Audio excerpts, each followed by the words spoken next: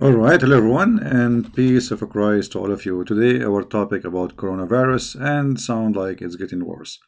But for me, I have one topic always to speak about, even though we will talk about coronavirus. We heard in the news that Saudi Arabia they suspended any visas to visit the Kaaba and Mecca and Al Medina, which mean both city which is considered as holy. So people like us, a human, cannot visit them because this is a supremacist cult. Believe that Muslims are clean and non-Muslims are filthy, dirty. Uh, Now it's very normal. I mean, a place where a lot of people go there to get infected. That's not really a big deal. But according to Islam, according to Muhammad, that that is impossible. If we go to the Muhammad, what I like about Muhammad that he is a guy, he is the kind who cannot keep his mouth shut, and the more he talk, the more he do his poo poo, so he talk a lot, and the more he talk, the more he do it.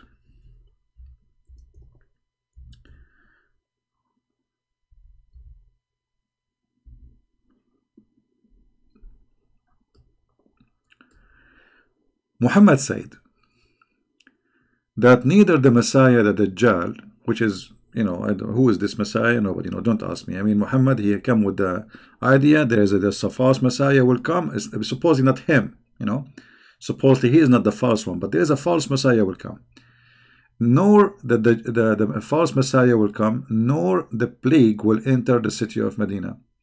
You see, the plague is not a disease by itself, is uh, any kind of illness kill people by a huge number, like all of them they have the same illness, is called the plague. In Arabic we call it ta'un. So no false Messiah and no plague will enter the Medina.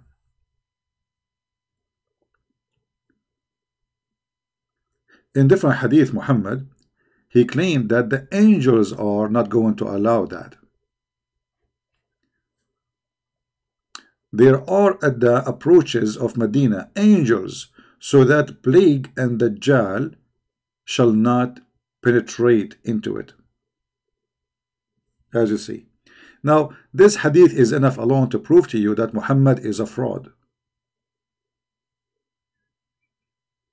Forget about all the debate between Muslims and Christians, etc. As you see, this is a very authentic hadith. This is Sahih Muslim. We can show it to you from Sahih al-Bukhari. It's all over, So he claimed that there is angels are protecting the city of Medina and no false Messiah. Forget about the false Messiah now. But no disease like the plague will enter it. However, I'm not going to wait until Corona. Actually, I showed you before, according to the United Nations official website, that the first time Corona has appeared, it was in Saudi Arabia, and the Corona like have different let us say numbers. But it's the same, but the same virus, but it's like, let us say, it is developing itself.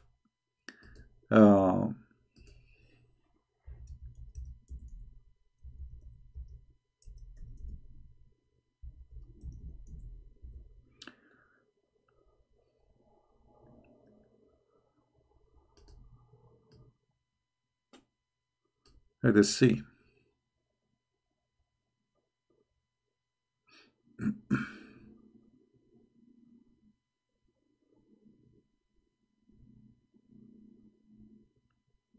I showed you the link anyway before I showed you the website. Now, one of you, he sent me email, says this is not about the same. No, it's the same, because all of those, they have numbers, they number them, because this the same virus is a change in its structures, depend in the let us say treatment he got. So like now you give him some drugs, and then this virus gets stronger and it change. It's very powerful let us say, system he have. Uh,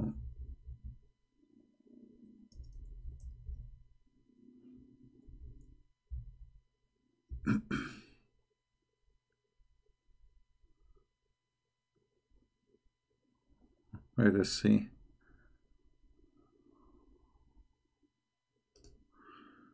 All right, I think.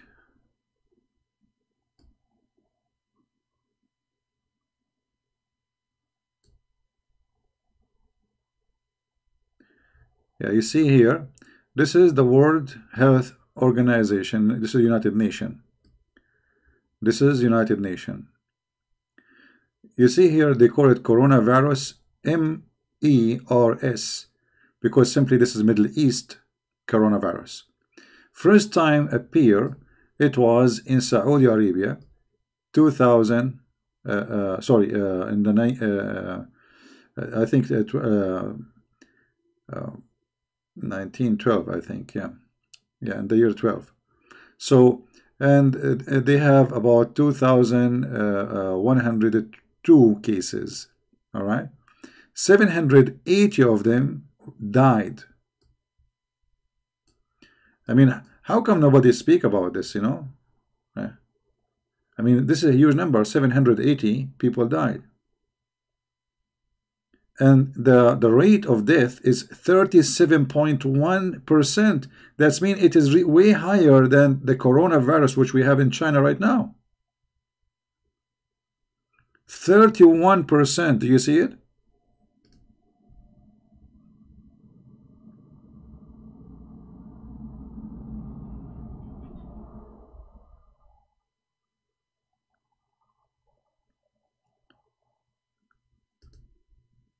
Here we have a hadith from Sahih al-Bukhari speaking about what happened to the city of Al-Madinah a long time ago, during, just right after Muhammad he died. It says here, once I went to Medina where there was an outbreak of disease and the people were dying rapidly. Do you see it? Actually, in Arabic it says mawtan dhari'an, which means very fast. The people, like, they get infected, they die like in a day. Mawtan dhari'an. So it's like it is really very fast death. People die by hundreds, by and all of them, they have obviously the same disease. But remember, Muhammad, he said that no disease can enter this city, for it is protected by angels. And now the Saudi Arabia government, they shut down all visas and visit from abroad to the Kaaba and to Mecca and Al-Madinah. Why? Because simply things is going out of hand. And if you Muslim believe that what Muhammad said, that angels are protecting Al-Madinah, then you should not worry about Al-Madinah. At least you should give visas to people and go like visit Al-Madinah, because as you see, angels are protecting it there.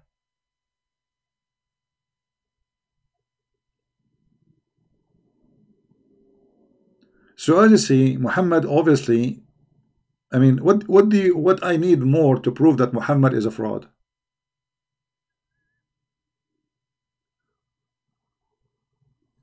Don't use bad language in the chat, otherwise we will block your name, please. Anyone use the F word, we will block you.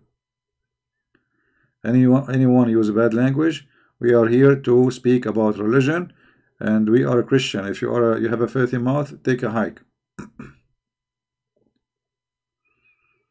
If you cannot clean your mouth before you talk, take a hike.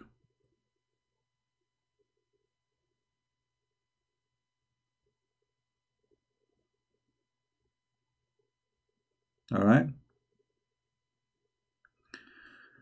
So as you see, I mean, the case is over.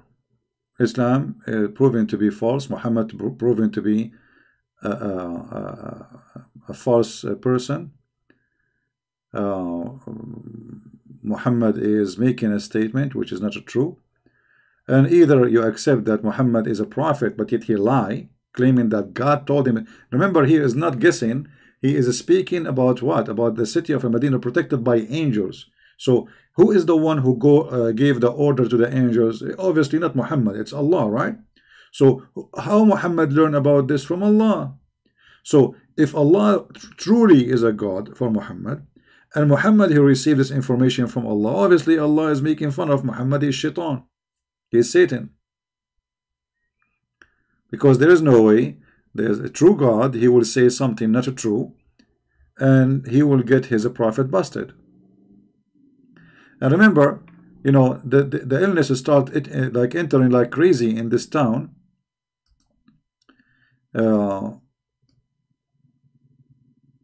Right in the time of Muhammad. I mean, the guy, he was maybe still alive, or maybe right after he died. As you see, this is Umar, the caliphate. Umar is one of the companions of the Prophet. So if this is happening, it's going to happen either by the end of the life of Muhammad, or by, you know, when Umar was maybe the caliphate. However, is going to be very close to Muhammad time, for Umar was just one of the companions of Muhammad. So how Muhammad can be a prophet?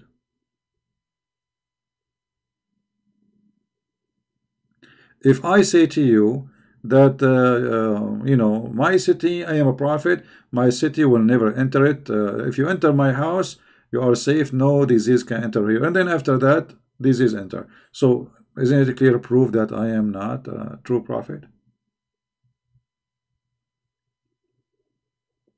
One of you, he said that one of the most Islamic Ustad, Sheikh in Indonesia, he says coronavirus is the army of Allah. And supposedly he sent me a link in Patreon. I could not, I got nothing. He told me like he sent it, but I checked my mailbox, I got nothing. But according to this Indonesian person, you know, the Sheikh, he claimed that coronavirus is an army of Allah.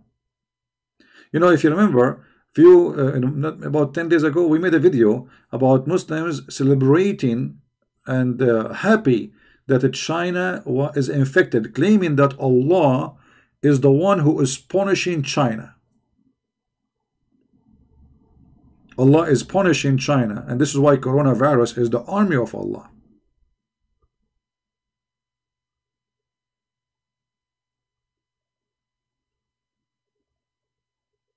Right?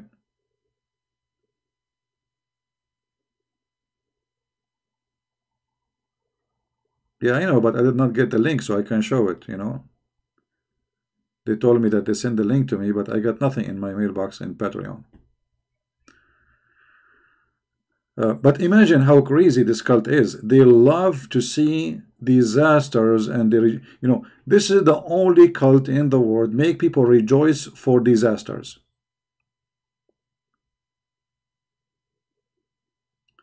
I remember when tsunami happened. At that time, I used to use Paltalk, chat program. The Muslim, they open a chat room, you know, praise be to Allah, Allah, he punished the kuffar by tsunami. And then they start posting. Not only that, I mean, like, those people, they have something about them. They fabricated Photoshop. Let me find it.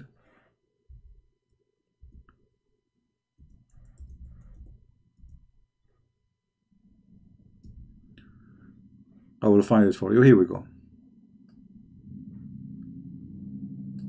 Look at this.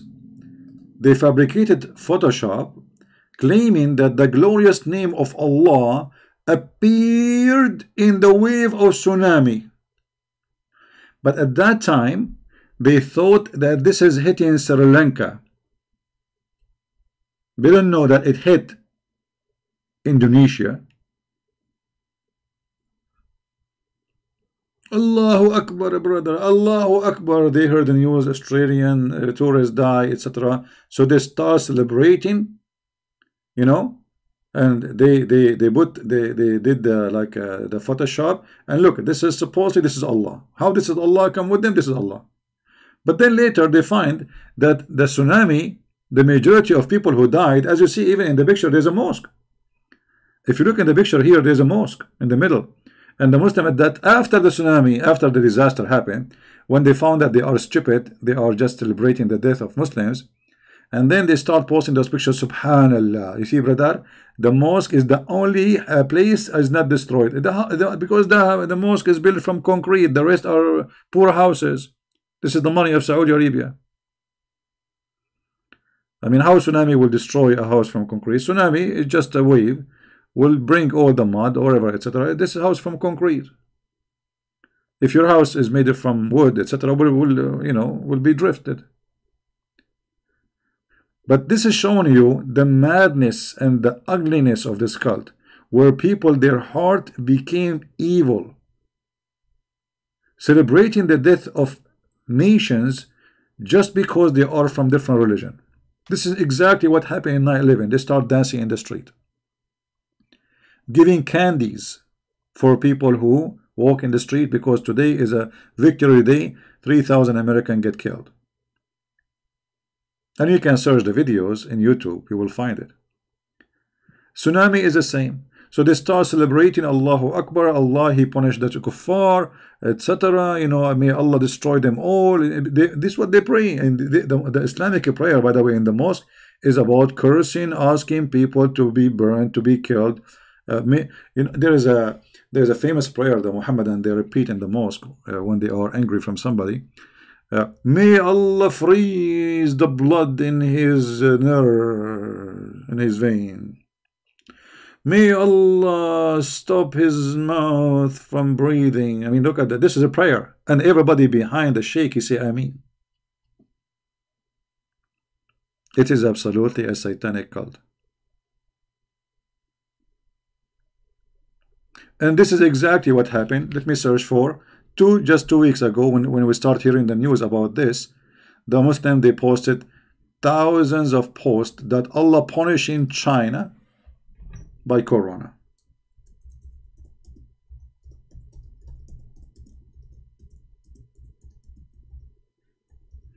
Let me try to find you some of the madness.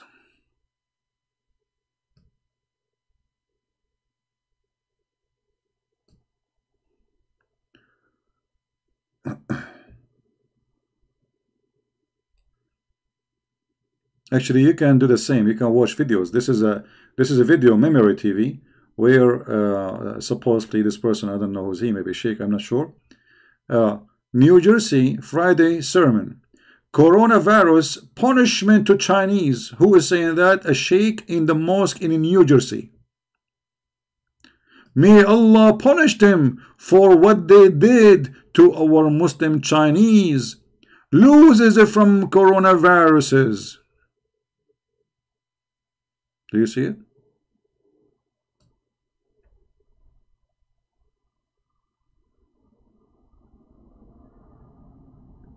Such as a coronavirus outbreak is a punishment visited by Allah upon the epidemic in China.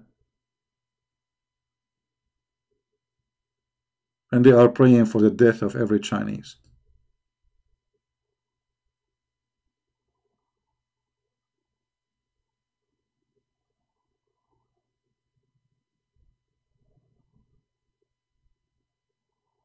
This is how evil this cult is.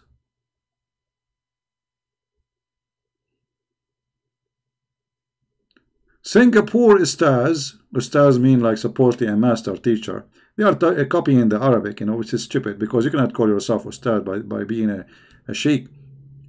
Says coronavirus is Allah punishment against the Chinese for oppressing Muslims. Do you see it?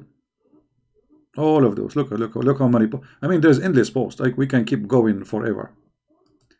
Okay, now coronavirus is coming to Mecca, coming to Saudi Arabia. Actually, coronavirus came first of all came to Mecca before anyone else. And here we go. This is United Nation. This is United Nation showing you that this has really happened. First time happened was in Saudi Arabia. During the Hajj time.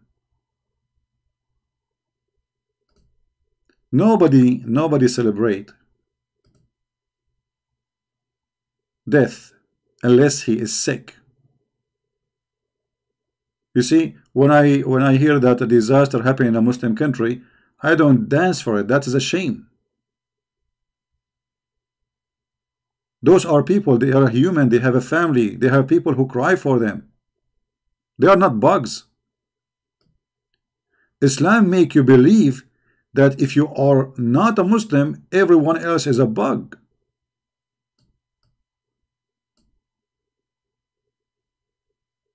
I never heard of a Christian posting when 780 people die by corona in Saudi Arabia in less than a month. As you see, 37%. Right now, the death in China is way less than 37%. Which means the rate death of corona, the Middle East corona, which appeared first time in 2012, as you see in the screen, in Saudi Arabia, 37% was the death. It's almost half of the number of they are infected. The total of 780 human beings die. I never saw a Chinese, I never saw an atheist, I never saw a Christian, I never saw a Jew posting saying praise be to whatever God for the death of those Muslims. What a shame. This is the first time this corona appeared. It was in 2012. Sorry, I said before 19. Yeah, 2012. So how in the world human being can celebrate death of others? The answer is very simple. When you follow an ugly cult like Islam, then you do. And you see we have the proof in front of us. You do, and you do more. Guys, if you read Arabic, you will not believe it. Go and watch the videos. Like now there's a war happening in, let us say, in Libya, in Yemen, in Syria. Allahu Akbar, may Allah kill him. Allahu Akbar, brother, chop his head, brother. This is the religion, and everybody agree. I mean, nobody say this. What are you talking about? But because this is Islam. And then you will see a bunch of scumbags saying to us, Islam is peace.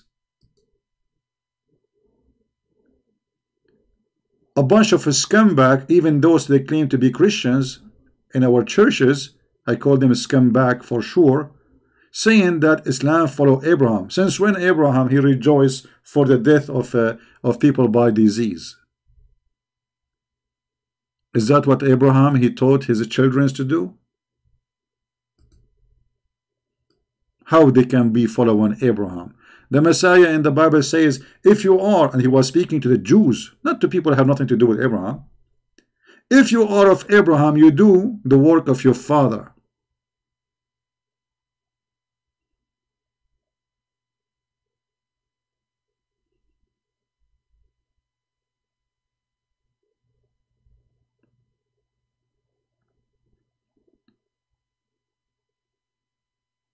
What kind of cult we are talking about?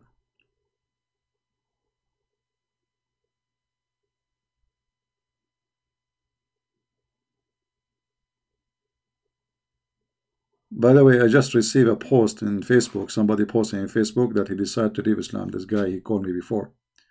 He said no, he will not leave Islam, and now he posted in Facebook page saying that he decided to leave Islam. And guess what? Now coronavirus is spreading in Iran, spreading in Kuwait, in Qatar, in Bahrain, in Emirates, everywhere. Who is the one who will save the Muslims? The Muslim scientist? Who is exactly you Muslims will save you? When you are going to use the drugs now to fight coronavirus, this drug is made where?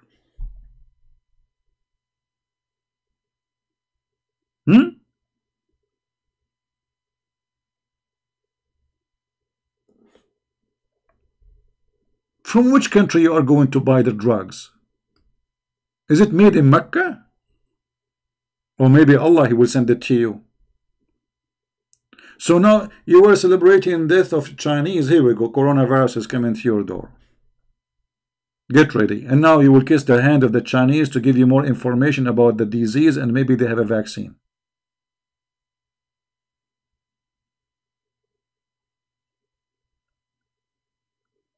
Or you will call the Israeli scientist. The funny, the prince of Emirat and the Kuwait, they invited very famous doctors from around the world. You know, money, a lot of money. You know, like, okay, bring him. We will pay him $1 million a day. Just bring him, okay, whatever he is. You know, famous doctors, but none of them is an Arab. And those are like scientists, not just doctors. I mean, like those are, because today you do not need a doctor really to fight the virus. You need somebody, you know, he's a pharmacist. He can, you know, he can do his own experiment and find a way to stop the disease. Because doctors, they just use what those who do work in the pharmacy business, let us say, scientists, what they make. Doctors, they don't make drugs.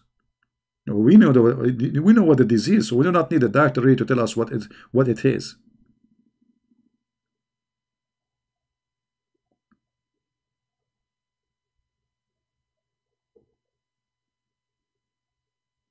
Who is the one is going to find the vaccine for coronavirus? For sure, Allah.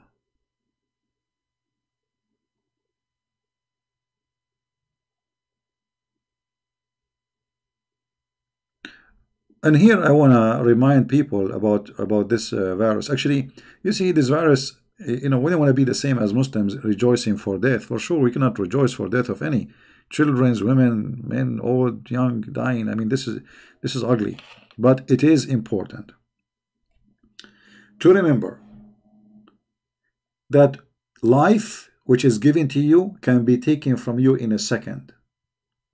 You see, what happened to a human being, as long as he is healthy, he thinks he is God. And I'm serious about that. He thinks he owns the world. He thinks the world is under his arm, in his pocket, especially if you have money. You know? I don't want to believe in God. I don't care for God. God is a joke, etc. And then, when something bad happens, suddenly you will find this atheist crying like a baby saying God. Suddenly he remembers God. You see, the best time a human being remember God is when he is dying.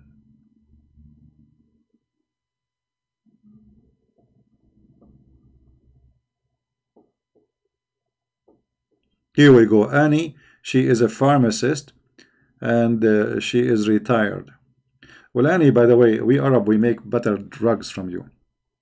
We are the first one who advised the whole universe drink camel urine. I will tell you that this is a true story.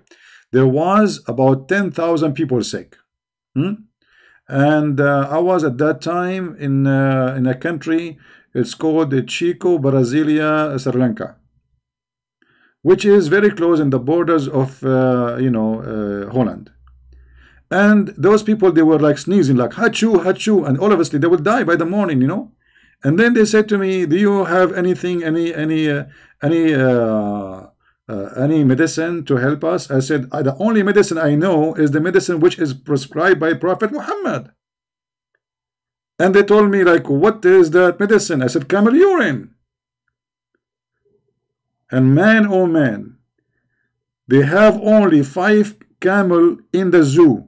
And now we have to get urine for all those people. So I come with an idea, because I'm an Arab, I'm smart, you know me.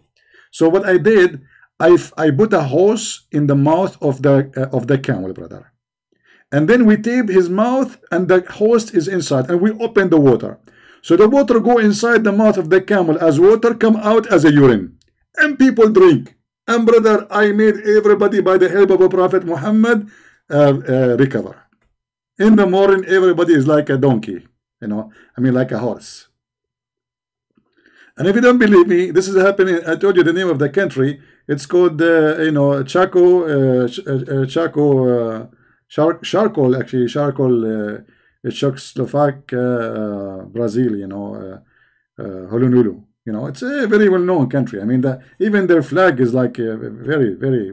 They have a flag like 15 meter by 20 kilometer. You know. Yeah. Why you don't use the camel urine of the prophet? As long as the prophet, he, if you are sick and you want to be, just why you want to close Mecca, you want to close airline, why you want to shut down your borders, why you are terrified, why, how Corona entered the Medina, how Corona entered, all what you need is just camel urine.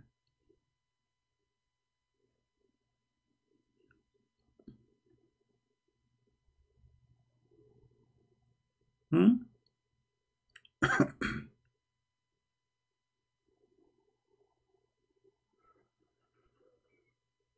Hmm.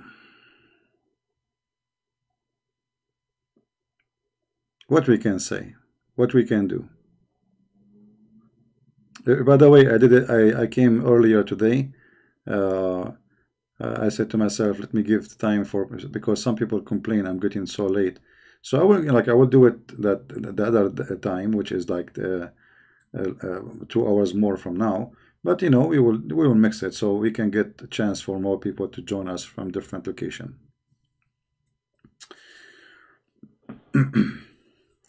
Iran VIP infected Saudi house pilgrimage from Israel. Okay, hold on.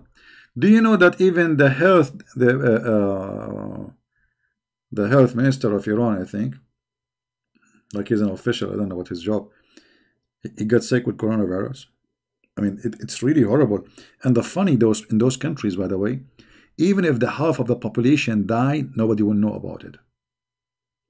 Nobody will know about. I remember there's a guy, his name is James White. I don't know if you know him. James White is a guy who lost his hair from reading too much. But he read too much, but he know nothing about Islam, about the Middle East. And yet he want to open his mouth and when he teach about the Middle East. So when he speak about the Middle East, he do poo-poo. He literally do poo-poo. So James White in one of his videos says that the Middle East was saved from the plague while the plague was eating Europe. I mean, what this guy is talking about? Let me tell you, my friend, why nobody knows about the plague in the Middle East, because it's not important. Just before the oil discovery, nobody even knows what is in Saudi Arabia. Nobody even remember where it is located. Since the oil came, you know about them. Before that, nobody talk about them. So Europe is the center where civil lives, philosophy, scientists. So when a disaster happened, everybody write about it. But when something happened to the Middle East, there is people write about it, but you are not the one who can tell us that did not happen. As you see, even the Abdul, they wrote in their books about disasters in the middle of the Islamic cult, cities. This is the city of Al-Medina. People were dying by thousands. And then this guy, he says to you, the Middle East was saved from plague. And I don't know what he said after, I forgot what he said, the reason.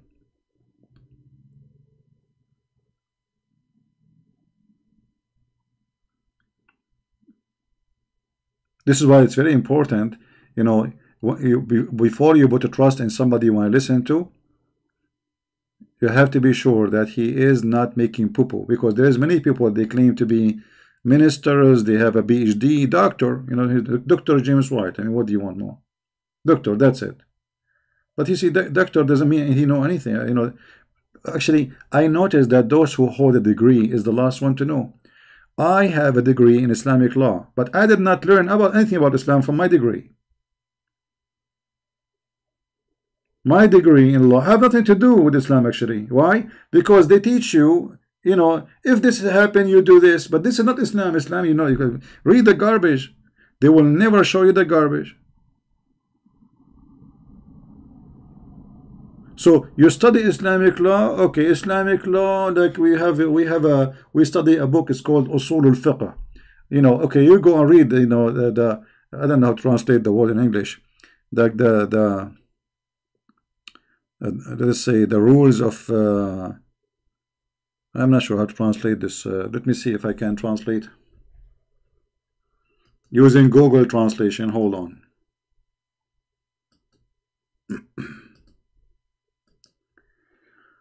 Google Translate.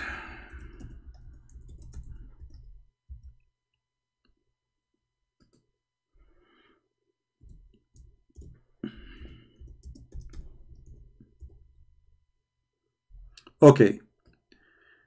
Uh, I know this is what it came in the screen. I don't know if that will be accurate. أصول الفقه. Fundamentals of jurisprudence. All right. This is a translation from Google Translation. I'm not sure if this is a good translation, but it's look like it's close to. So anyway, you study, but you learn nothing. It's just stupid things. Everything I learned really about Islam is not there. I learned it by my own study, my own research.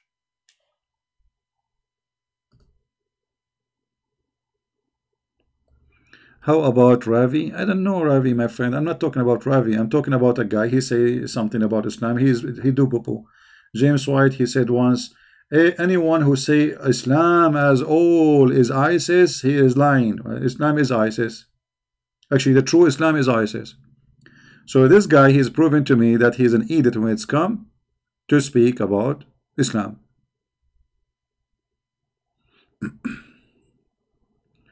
Danny, you need to tag a name before, so I can read. No, I read the questions, but not necessarily I will answer your question, my friend. Anyway, what is your question, Danny?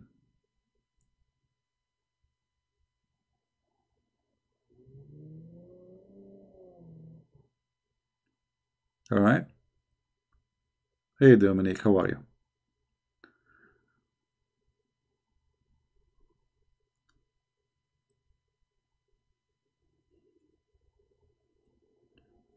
I don't care, who you like who. For me, what I care for, if a person speaks the truth about Islam, then he is right. If not, we have to either correct him. If he's stubborn, we will give him a spank. As simple as that. You know what I mean? If you claim to have knowledge, you see, if you don't have knowledge, why you open your mouth? Why you say things which are not true? And you are deceiving the Christians. So when you say Islam is not ISIS and yet you are a Christian minister, you are lying. Because there's no way you have a PhD, which means you are a person of you learn in how to research. And you debate many Muslims before, and you do not know that the true Islam is ISIS. Isn't it Muhammad? He says, I've been ordered to fight and kill all mankind until they convert to Islam. So is Muhammad ISIS or not? So how you say the one who says Islam is ISIS is a liar?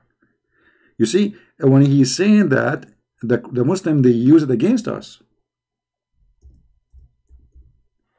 Because he's a very well-known Christian minister. I say, look, here we go. They use his video to promote lies. Is that Muhammad or this is the neighbor? He been ordered to fight all mankind, kill them all, unless they convert to Islam.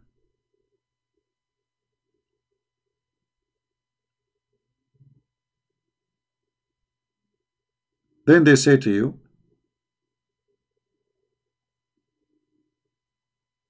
that ISIS is not Islam.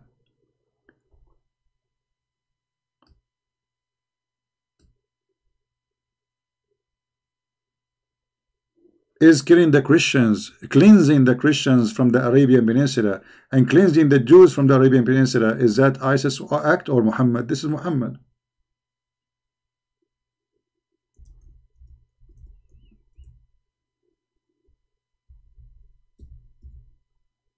Is that Muhammad words?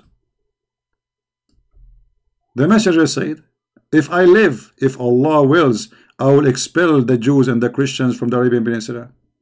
How he will expel them? By the sword. Kill whoever he can kill, and the rest they will run away. And then they say to you, you will get someone claim to be a Christian minister, that Islam is not ISIS. And by the way, if you are a person who is politically correct, you get more support because the truth hurt. And these days, everybody is doing business. Nobody want to share the truth, because sharing the truth can cost you your life. I mean, it's dangerous.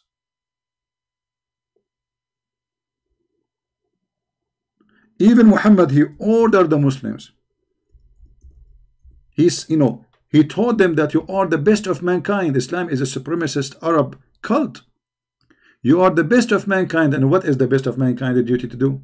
Save people from coronavirus? No. You go and you bring them and put the chains around their necks. You are the best of people ever, raised up for the benefit of mankind. When you see the word benefit between two brackets, Muslims added, you think like those people, they will make a vaccine for coronavirus, they will build houses for us, they will. No. The best, he explained, the best for mankind are those who bring them with the chain round their necks till they embrace Islam, so they will not go to hell. Do you see it?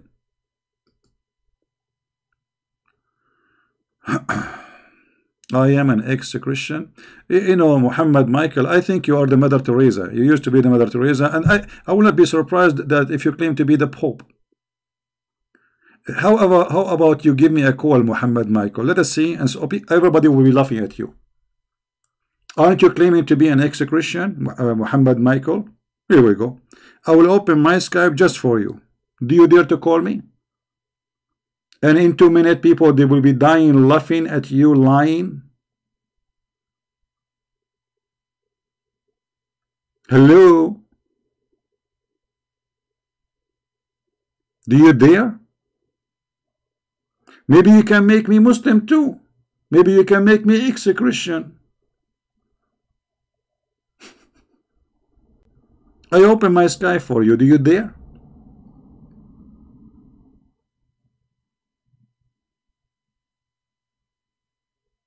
He's even not texting anymore. He's gone with the wind. He's purchasing camel urine from the Prophet.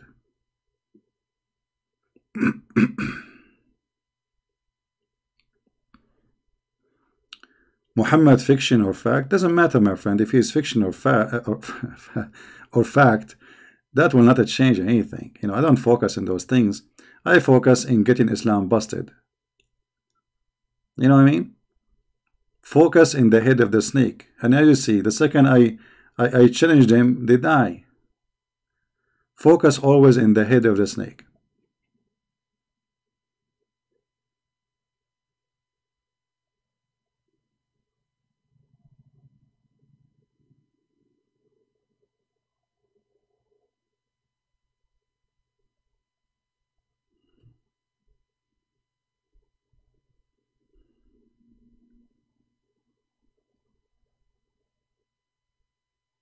We here, we don't rate lies. We destroy it in its place.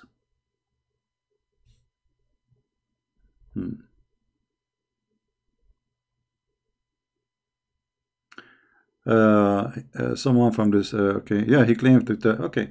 You see, I will tell you a story. I wish at that time I have a recording program to record it, because you would die laughing. A guy in a chat room, the Muslim, they invited a lot of people. Chat room, kind of like a Paltalk, they have a paid chat room. It can fit up to 1,000. Imagine 1,000. You see, at that time 1,000 is like now. Like now we have 581, and we are not like, not really busy, because I'm not coming in the time I used to come. But they have more than the chat room you cannot have more people inside. Why? Because they get the Pope. The Pope converted to Islam. And look what the story is. This guy, he claimed to be that he was the Pope of the Catholic. And he is an Egyptian. I never heard of a Pope as an Egyptian. Since when? And then, brother, he converted to Islam. One day he was praying as a Muslim. They opened the door and they found him praying to Allah. And then the priest, they capture him and they tie him up and they put him in a dark room. And every day they bring 12 lions and they order them to turn their back and they whip him with their tail. 12 lions. And they order the lions to whip him with their tail, with their tail. And he have marks in his body, brother. It's chat room, I swear by Allah, if I have a camera, I will show you. And like he's almost crying. And then, brother, one day Allah inspired him to run away. So he opened and he broke the toilet seat. And he went in the sewage. And he came out in Egypt. I was literally dying from laughing. I mean, do you know how far Egypt is from the Vatican? So he went in the toilet seat, down in the sewage. He came out in Egypt.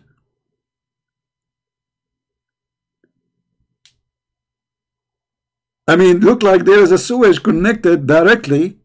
All excuse my language, look like all the shit of the Pope is imported to this guy in Egypt. And the Muslim in the chat, Allahu Akbar, brother. Allahu Akbar. May Allah bless you, brother. We are sorry for your suffering, brother. I mean, nobody noticed that this guy is a fraud.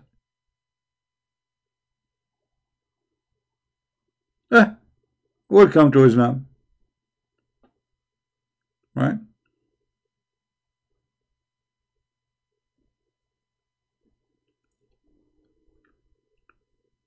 Now, do we have any Muhammadan want to say something? Or you are brave to talk to me in your video, make a video about me. Christian Prince getting busted. Or if you got me busted. I never saw a Muslim don't get me busted. Actually, I bought a glue just to glue myself because I get busted every day. I mean, like, and I know I am #1 buyer for a glue from Amazon.com. Actually, if you see me, you will not recognize me no more because, like, I don't know how to glue things together, brother. Like even the ustaz from Indonesia, they will not debate me because I'm broke. There's nothing to break left, brother. That's it. I mean, his nose in his toes. There's nothing left of him.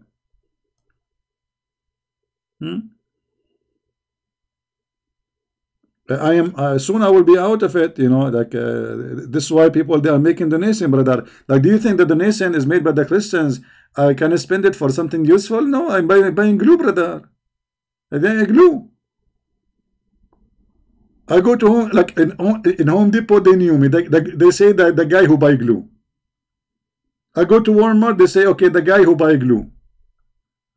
You know. Even I wanted to find a wife to get married from, and then I don't know how she said, "Are you the glue guy?" How in the world she found out? I don't even have a picture in the profile. Unbelievable.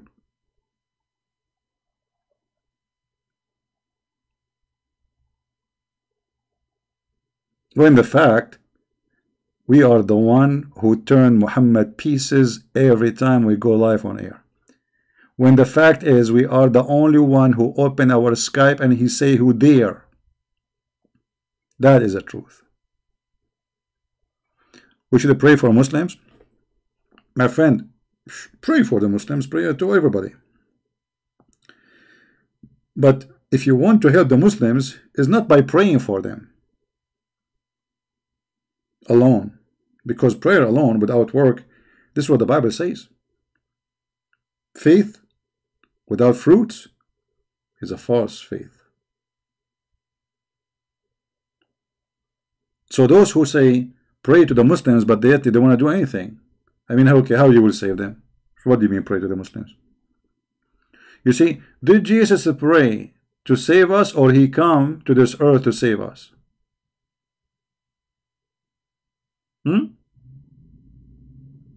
He come to this earth, he talked to us, he preached, he teach, he did miracles, all of this to save us.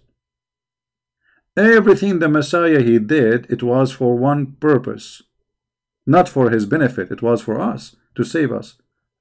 Otherwise he just, okay, Father saved him, it's over, right? The Messiah, he gave his life for you to save you. And I find it really funny that, you know, suddenly a Christian, he will say to you, pray to the Muslims. Okay, that's it. It's like somebody is dying because he don't have a vaccine for coronavirus. Okay, I understand you don't have a vaccine, so you say pray for him because this is the only solution we have left. But if there is other solution, you don't say only pray. You do about it. You do something. The Bible is full of verses about rebuking those who they are doing wrong. And all what those Christians want to do, just to pray. Pray for this guy. Pray. Okay, we pray. We got it. We got it. We pray. But this is not enough. If your son is taking drugs, you pray for him to stop only, or you talk to him. You try to guide him. You try to help him. So stop being, using this mentality, because many Christians, they have this mentality.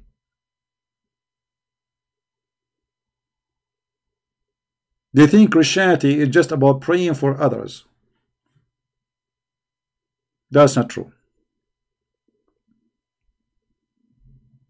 It's like saying somebody, he is dying from hunger and you pray to God to feed him. You feed him.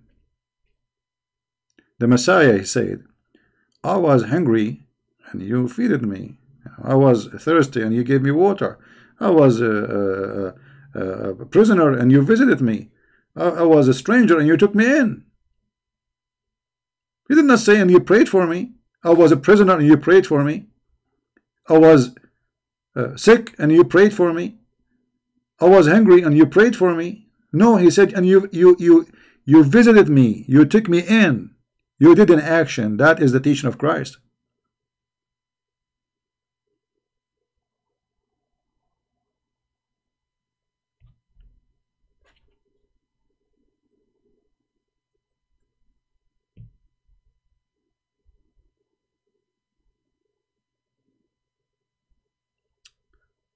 Do we have any Muhammadan want to say anything?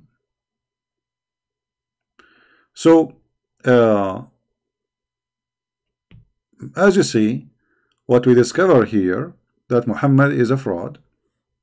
Muhammad, he promised that Allah is protecting the city of Medina by angels and nobody can enter it. And no, I say nobody, I mean no disease, no illness, no plague. And as you see, the Medina was, even right after his death in the time of the Caliphate Umar, the Medina was, there's an outbreak of a very bad, nasty disease killing tens of thousands. We don't know how, because this was all the way from the Medina, Mecca, Syria, all, I mean, the whole area was dying.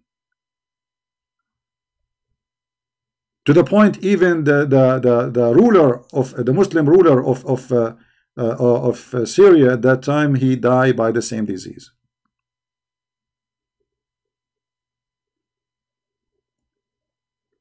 And then when we have a virus like this corona, and instead of Muslims, showing some support for a human being, you are a human being. Forget about your religion now.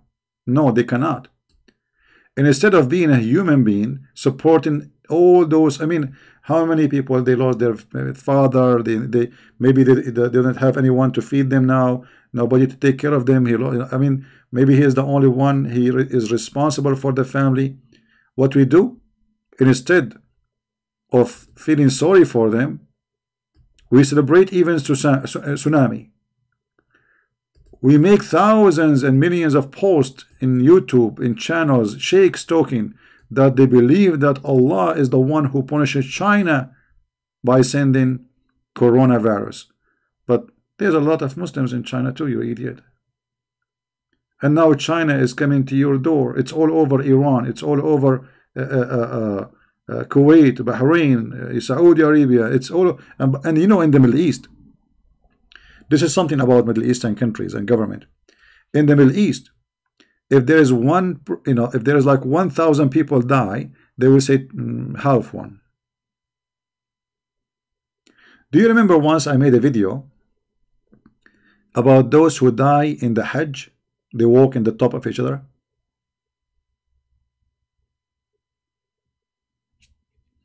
Anyone remember? At that time, Saudi Arabia government, they said 200 something died. 200.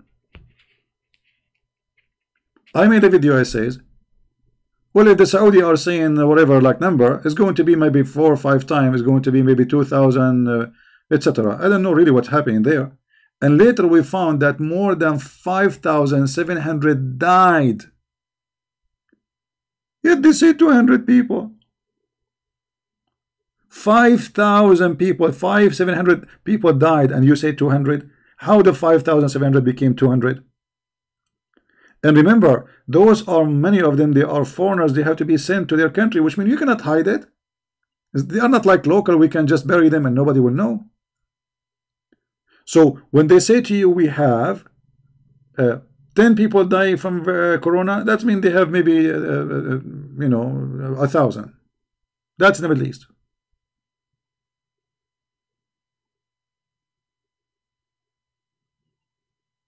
That is the Middle East.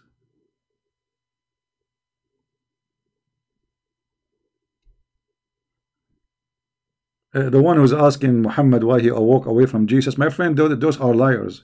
They are angry from my channel because a lot of Muslims leave Islam because of my videos and because they call me. So they come here, they say Christian Prince. They are liars. Don't take them seriously.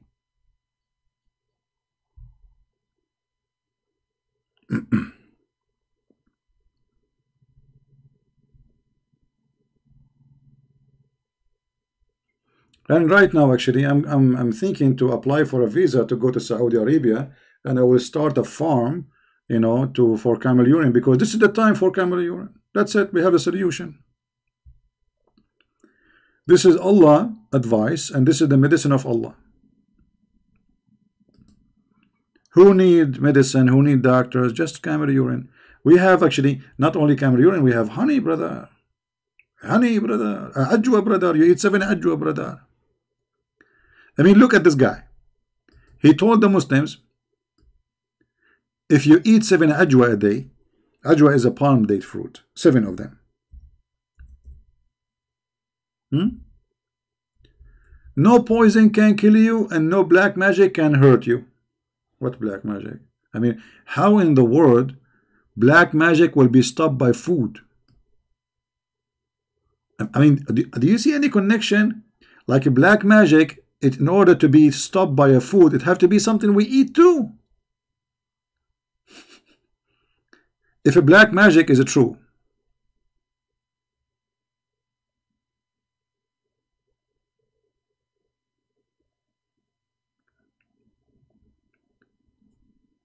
you see, food or anything enter your mouth, it can be either harmful or useful. But black magic is not something entering your mouth. So how the ajwa can fight the black magic? Let it go. Muhammad is talking, doing poo-poo. Forget about it now.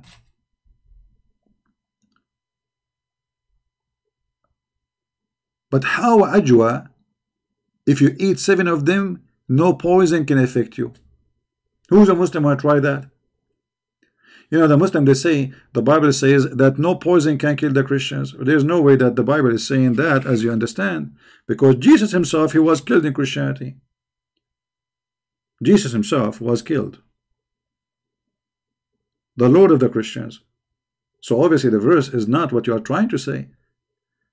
The poison is that nobody, Jesus, he said, they can kill your, you know, they don't be afraid of those who destroy the body. Be aware of those, or afraid of those who destroy the soul or the spirit.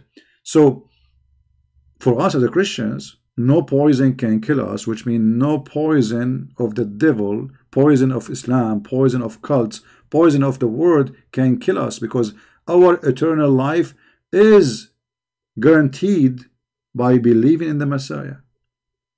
Because the poison is you poisoning your head, believing in the virgins, private parts, gold and silver in heaven. You know, you Muslim, you made God a pimp house, you know, his house. But as you see, Allah Apostle said, if you eat 7 ajwa a day, every morning, you will not be affected by poison and magic. And guess what? Muhammad himself was affected by both, and he died by poison, not only affected. According to Muslims, Muhammad was affected by magic, and to the point he was not, you know, he imagined himself having sex but in fact he was doing laundry. And Muhammad, he died by poison, as Aisha reported. So look at the fraud. He taught us with the medicine, but yet himself he infected by both, and he died by poison.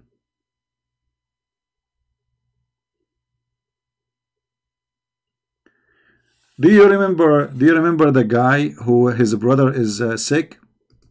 Who remember the hadith? Let me see if I can find it in English. There's a guy,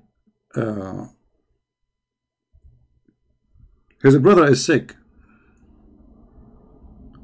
so he came to Muhammad and he told him, my brother is sick. Muhammad told him, go and let him eat honey. Okay.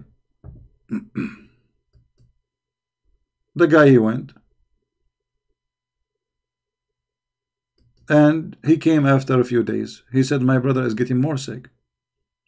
He told him, I told you to make him drink honey. He said, I did that. He's sick. He's getting more sick. He went again. Few days more, he came back. The guy is obviously dying, you know. Here we go. I found it. Look at this story, how hilarious it is. A man came to the Prophet and said, my brother has got loose motion.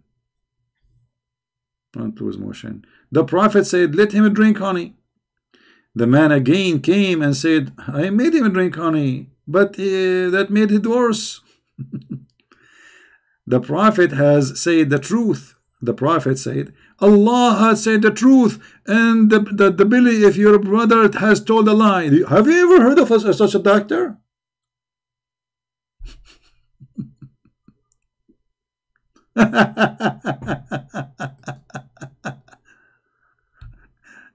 Your brother Tommy, your brother's stomach, your brother's organs are lying.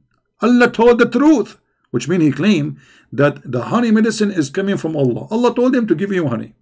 In different hadith, by the way, they say that the story is longer, and they say that this guy, he recovered. Look at this. It says here, a person came to Allah, Apostle told him that his brother balls were loose. Thereupon the Messenger of Allah said, give him honey. So he gave him honey, and then he came and said, I gave him honey, but it was only made his balls more loose. He said this 3 times. 3 times. Which means he came 3 times. He came already 3 times to Muhammad, saying to him that the guy is getting more worse. And then he came in the 4th time, 4th visit. And the Holy Prophet said to him, give him honey. He said, I gave him honey, but it has only made him go worse. Whereupon this, Allah Messenger said, Allah has spoken the truth, and your brother boys, they are wrong. So he made him drink honey, and he was recovered, brother.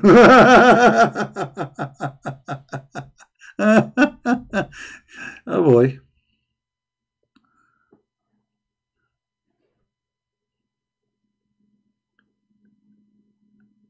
Don't go to a Muslim doctor. He will say to you that your stomach is wrong.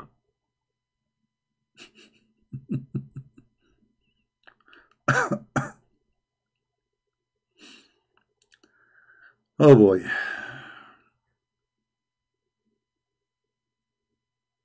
That's science. First time he's not working. Second time is not working. Third time not working. 4th time not working. But at the end it worked, brother. It says here he recovered, brother. Can you deny it says that? We do not know if, you see, in different hadith, it doesn't say that. I think this is addition. Because if you look in the Arabic, it says here, this is the conversation of your prophet. Your prophet never say, فَسَقَاهُ فَبَرَى. This is something addition. From here to here, this is the statement about Muhammad. That's it. The rest is addition by Muslims.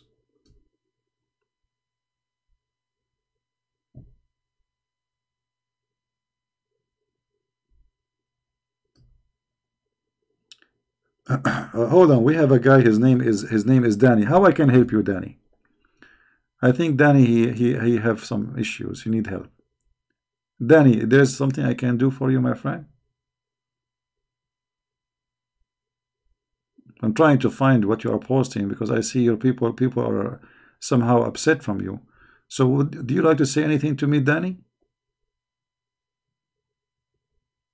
This is your opportunity. Here we go. I'm just looking at your, waiting for your text. Do you want to say anything to me?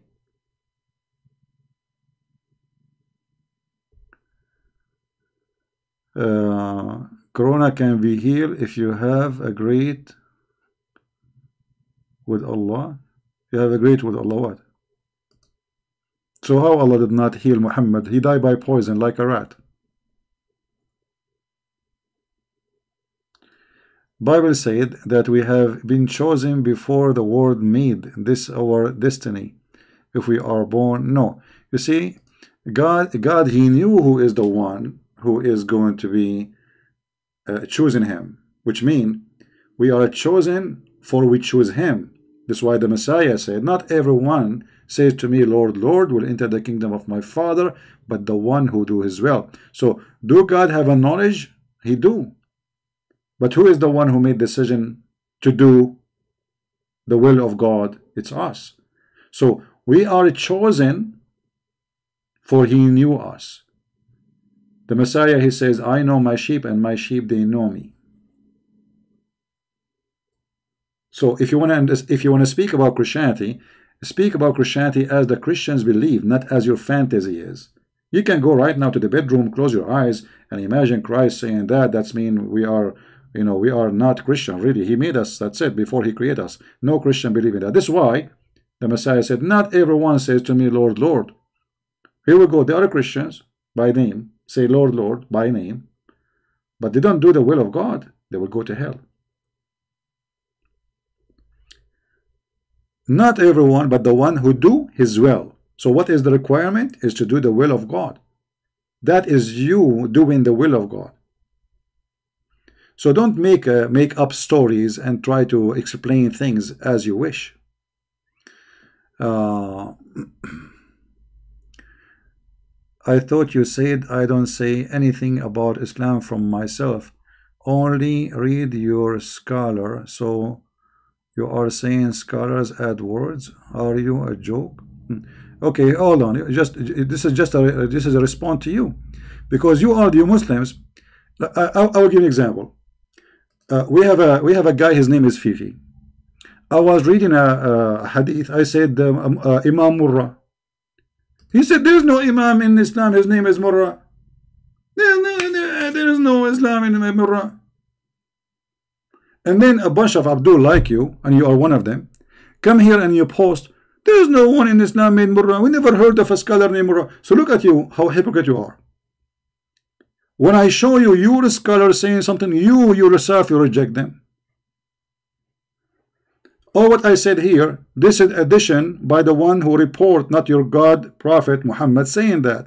How I am not saying, it doesn't say that, CP. I'm saying that it's not your prophet said that. And now let us see, as long you remind me of this Murrah. Stupidity is a must. You go and watch Fifi and Susu and Mimi. He never heard of Murrah because he's a donkey.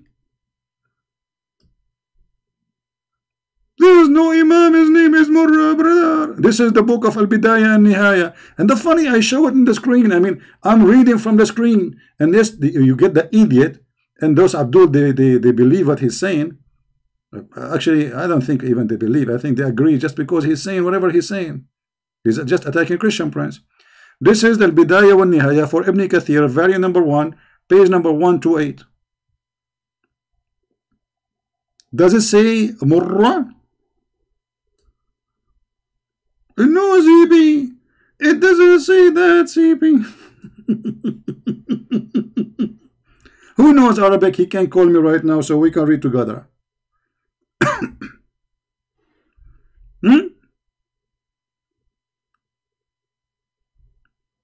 Any Muhammadan? Do you see his name? Potatoes.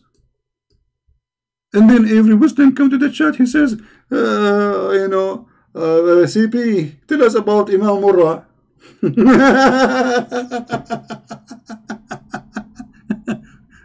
In China, and still I like the Chinese after whatever Corona, I mean, this is just a disease, can happen anywhere. They say he left as a donkey, he never came back as a horse. And this is what happened when your teacher is a donkey.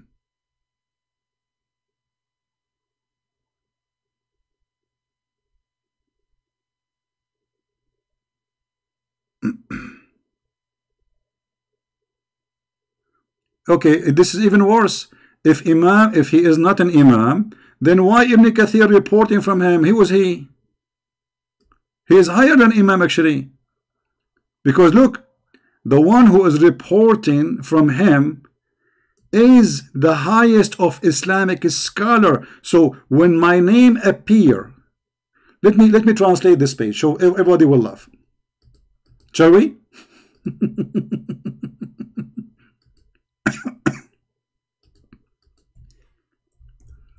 When my name appear in the list, but this guy, he do not know, by the way, that this name is exist. He's an idiot. He's just a joke. Let us translate to English.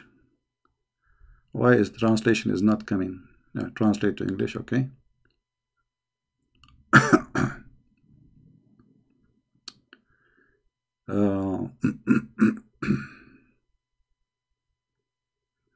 And now how we can find him in English.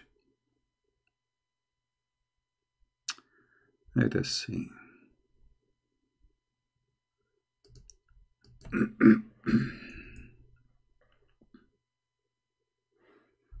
Potato word.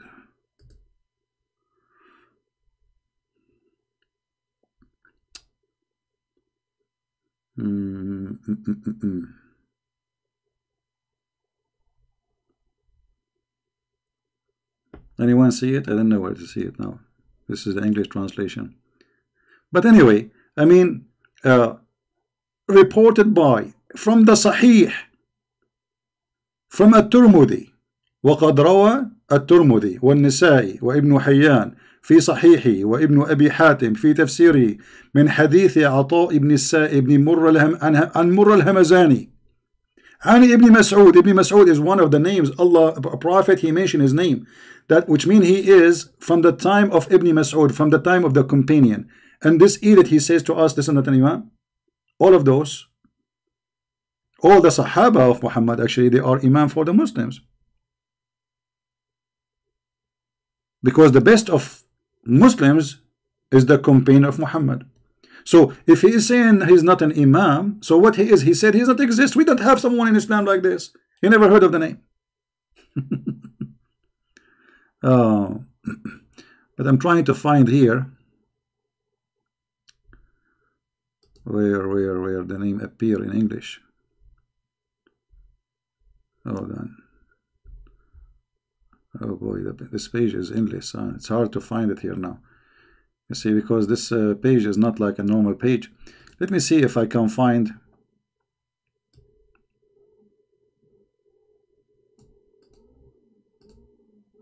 different page which is smaller. Anyway, they are a bunch of jokers.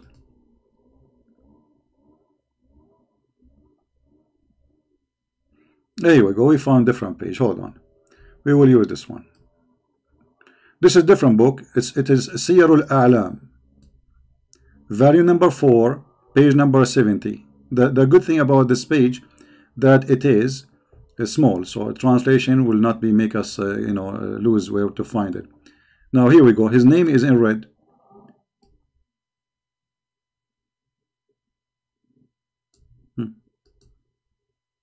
They never heard of him. They are learning Islam from him.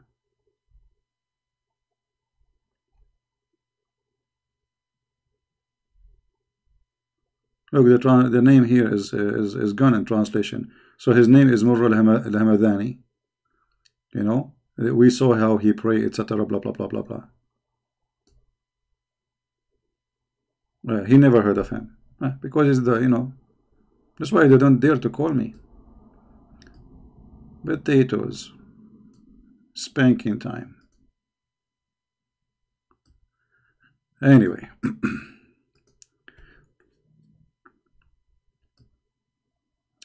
You see, actually, you Muslims, you should reject anything is addition to what your prophet said.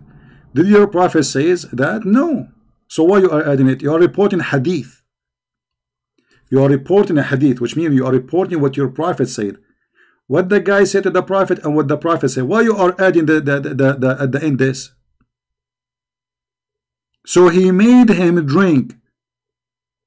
Obviously, there's somebody. This is not your prophet saying that. So I just said, this is your prophet saying that? No. You Muslims added. Because different hadith doesn't say that. Here we go. If we go back.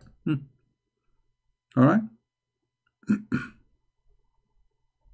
This is al-Bukhari. This is the hadith as it is, word by word. Where is it says that he made him, he recover? This is al-Bukhari. What happened? How come it's not here? Because Islam is a fraud. This is the conversation between your prophet and the guy. The rest is addition.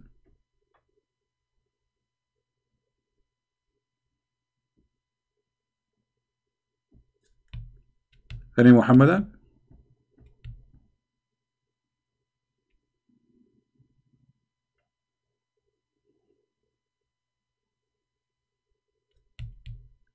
Who's next? And what kind of a prophet he said to the guy who is dying? He's obviously very sick. And how somebody told you I have a pain, you give him honey. I mean, that's it. So Muhammad, he claimed that he is God told him, as you see. Believing in Jesus Christ is the will of God. Jesus Christ is God himself, my friend.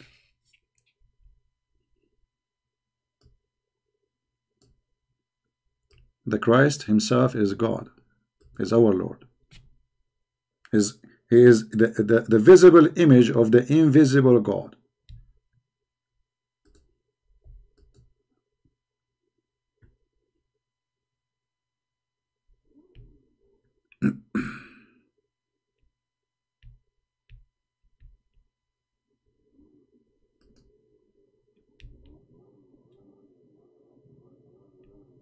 Any Muhammadan?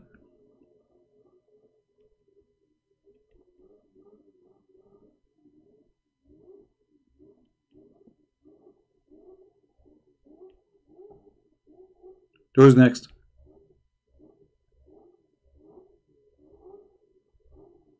And as you see here, Muhammad, he lied. He says that the disease will never enter the city of Medina. Why? Because there's angels are protecting it. And then we find that tens of thousands of people, affected in the whole area, including the Medina, and people were dying. How many of you save this reference? Any of you save it? Right? I know, but believing in him is this will, right? I don't understand what you are saying, Tom and Jerry. Your question is like a Tom and Jerry cartoon. Christ is the visible image of the invisible God. And when the Messiah says, not everyone says to me, God, God, but the one who do the will of my Father, which means my will is exist. Before you met me, before you saw me, your father Abraham, he saw me and he rejoiced my day. This is what he said to the Jews. He says, your father Abraham, he saw me and rejoiced my day. They said to him, how this happened? You are not even 50 years old. Why? Because they don't understand. So he said to him, before Abraham I am. So obeying the will of the Father is obeying God in heaven and God in earth. For God in earth is the visible image of the invisible God. So you are mixing things between what will? I mean, I don't know what you are talking about. Sound like a Greek argument. about who is more really chicken, the rooster or the rooster, the red rooster or the black rooster. You know, some people, they make argument just to argue, just to speak stupid, and they go in circle.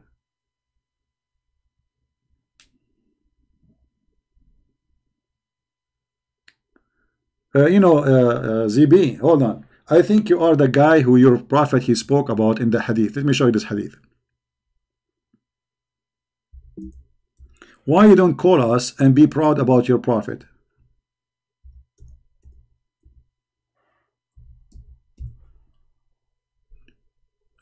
The guy who called him ZB. Is that you? The one your prophet spoke about? I mean, look at this prophet.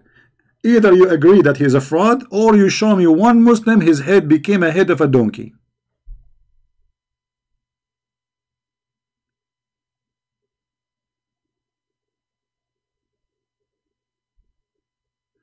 People who take what?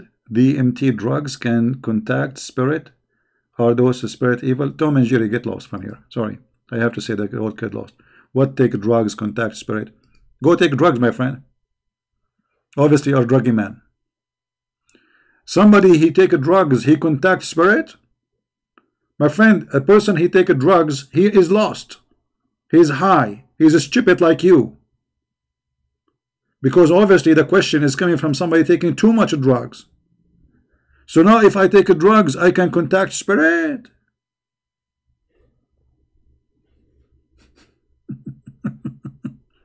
Where these people are coming from? Don't get married, okay? The one who take drugs is obviously mentally ill, because you know it's bad, you know it destroy your brain, and you contact no one. Even you lose contact with yourself when you take drugs.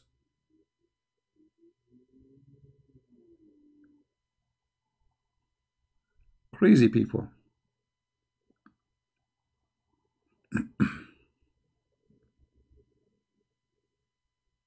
Like sometimes you take people seriously and you talk to them as adult, but then you turn on like kids take drugs. Now where is the Abdul, the guy? Who is a Muslim can show me one Muslim, his head is a head of a donkey because he raised his head before the Imam. Don't tell me after 1400 years, I can show you tons of videos from YouTube right now of Muslim raising their head before the Imam finish. How come Allah did not make his head of a donkey? Obviously Muhammad is a fraud.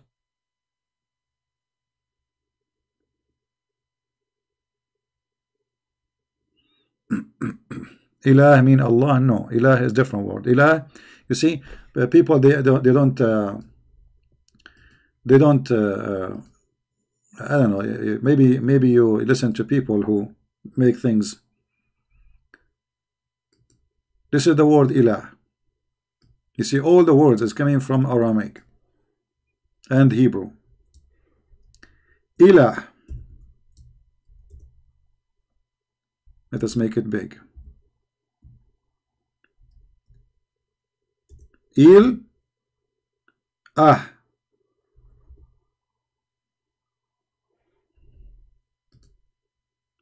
Il is God. The ah here is like saying the God.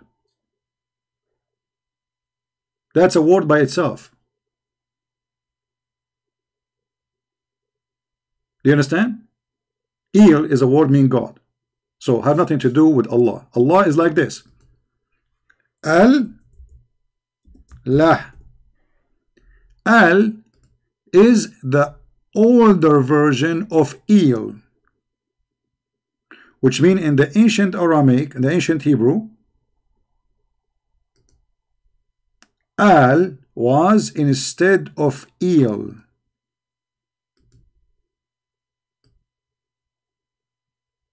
So if you read the old Hebrew Bible, you will find that Elohim used to be Elohim. Israel used to be Israel. Mikael, Mikael. Ishmael, Ishmael. Why? Because Il was Al. It's just a word meaning God. So the language changed a little bit in the pronunciation, and the word il and al both are a word mean God. So the second you put the word al before a word, that make it God. Whatever come after is the name. Do you understand?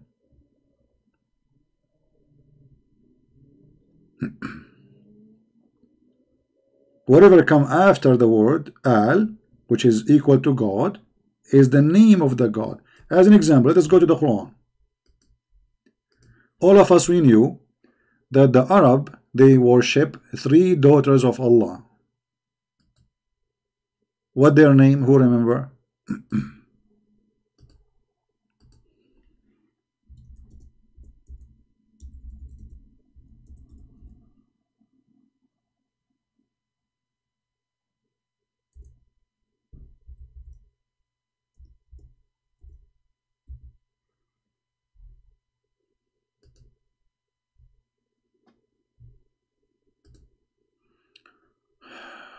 The same, I'm going there, Al-Masih. You see, in Arabic today, the word, you can add the al as a word mean the in the Arabic today. But those are names starting from different culture. Those are not Arabic names, like Al-Masih, Allah. Those are not Arab. The Muslims don't even know what Allah means. They have no idea. If you ask any Muslim what Allah means, they don't know. What does that mean? All right? So look at this. Al-Lat. Now, is Al-Lat is a goddess? Yes. Al-Uzza.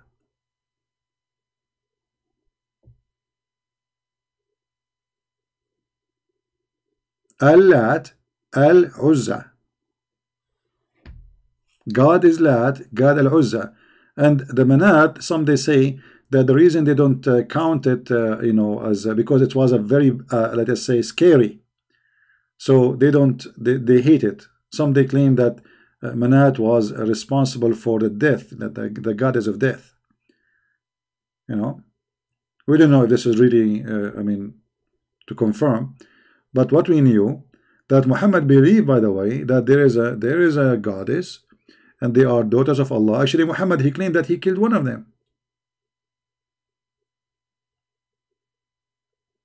Muhammad, he claimed that he killed one of those daughters of Allah, which means he claimed that they exist, they are real.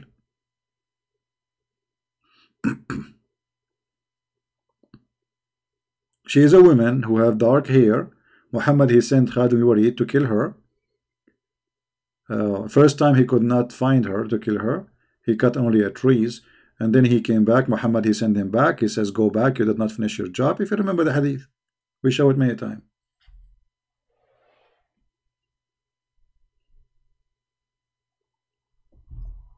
You see, the Muslims, all the names they have in their Quran is not from them. As an example, if you ask a Muslim, what, okay, is Israel, what Israel mean?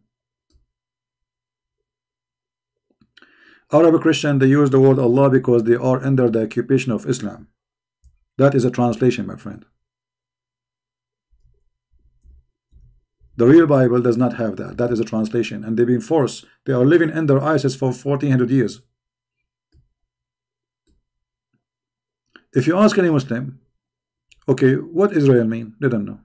Why? Because this is a name stolen from other belief, other books. This is not their book. What Israel? You will notice here, the Muslim, they think that Israel is a name. All of it. The fact Israel is not a name. Yes, it is it's a given name to a person, but it is a sentence. It's a description. It's not really a name of a person. It's a description for what happened to a person. El is the word God. Muslims, okay, who's a Muslim who's listening? Who can tell us what Israel mean according to Islam? Anyone? They don't know. Why? Because Islam is nothing but a theft. It is not the original belief. It's a counterfeit. And the thief, he have no knowledge.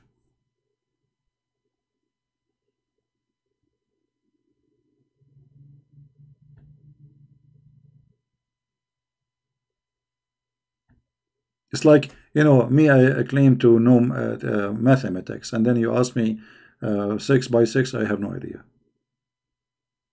Simple question. I mean, Israel this is simple question. This is not really, you do not need to be a very high scholarship knowledge to know what the word means, but he didn't know. Even the Muslims do not know what al-Masih mean. Imagine. Mikael, they don't know. Allah didn't know. Ishmael didn't know. Abraham didn't know. Why? Because simply Islam is a theft. When you claim that you wrote a book and this book is not yours, and people ask you, what is this mean? You do not know what you are talking about, because it's not your book. Those are not the names, you know them. You are just a copy-paste person. Have you ever heard of a God? He don't tell us how this guy, his name became Israel. Nowhere we can find how this has happened. How? Okay. The Quran speak about a guy, his name is Jacob, and then suddenly speak about a guy, his name is Israel. Okay. Who is Jacob and who is Israel? Okay, we know who's Jacob. He is a son of a person mentioned in the Quran, right? Okay. Do you know what Jacob means? No. Now, who is Israel? Do you know who's he?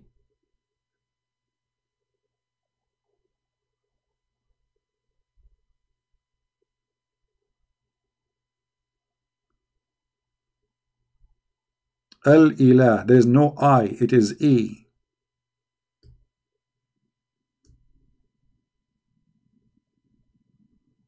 Why people are stubborn? Al.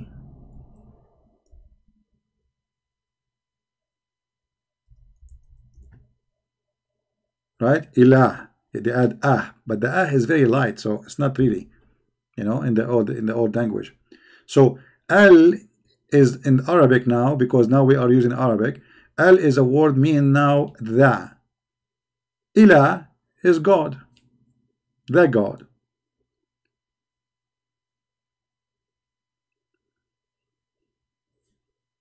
Did you get it?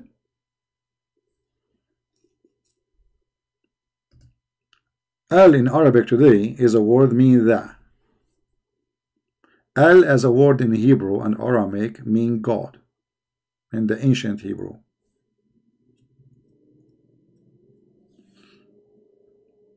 So the Arab, when they want to say the God, they say the ilah, which mean al ilah, which is coming from the Hebrew anyway. It's a theft in the Aramaic. Even that is a theft. They have nothing, this cult have nothing.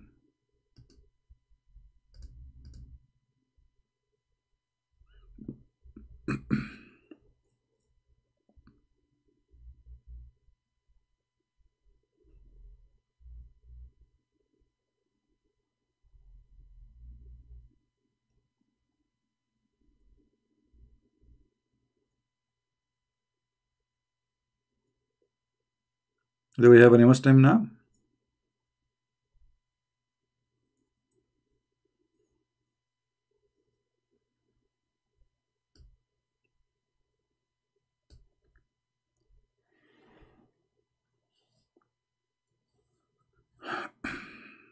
I understand it's impossible to be al-ilah because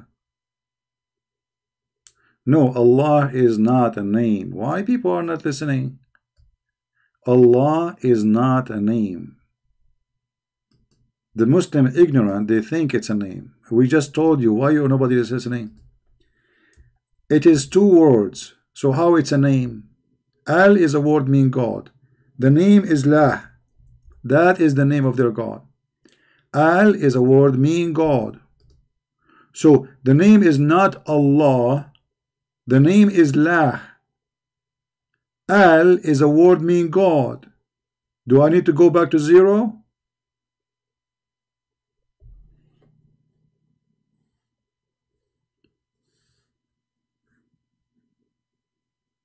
When you add, because this is not an Arabic word now. You see, in Arabic, al is a word meaning the. As simple as that. Al, you add it before anything. The house, the door, the man, the women. You add l. As long you are giving definition, who is he? You know him. All right. But this is not an Arabic word. This is a stolen word from different belief, different religion. So they stole it, but they do not know what it means. As an example, in the same chapter we are opening, look, they have here Torah. Okay, what Torah mean? Any Muslim can tell us what Torah mean? They don't know. Injil, what Injil mean? How in the world Allah He sent Injil to Jesus? Injil is a Greek word. You see a thief? The Muslim, they claim that Jesus was a messenger for the Jews only. Okay, how he is a messenger to the Jews, but he is giving them a book in Greek?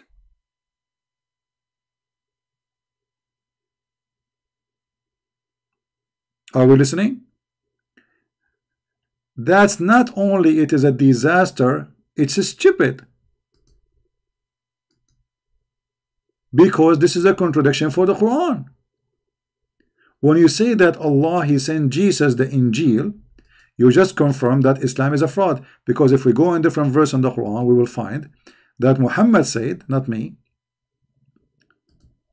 that Allah He never sent the messenger except in the tongue of His people.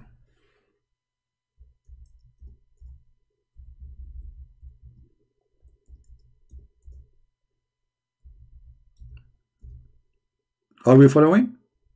Chapter 14, verse number 4. Who's talking? The God of the Abdul. They cannot say this is weak and we didn't accept it. We send not, we never send, ever. We send not a messenger except with the language of his people. Okay, hold on. So the name of the book is telling us what the language. The name of the book is Injil. Injil is a Greek word. Have you ever heard of a book? The name is in Greek, but the book inside is different language? That will be funny. So how Allah He sent not any messenger except speaking the language of the people, yet He sent Jesus a book, it's called Injil.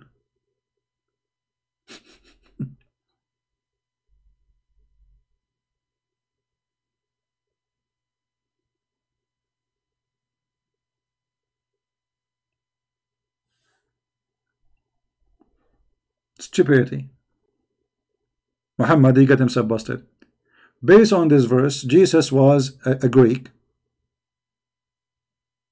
and he was sent to the Greek, and this is why his book is in Greek.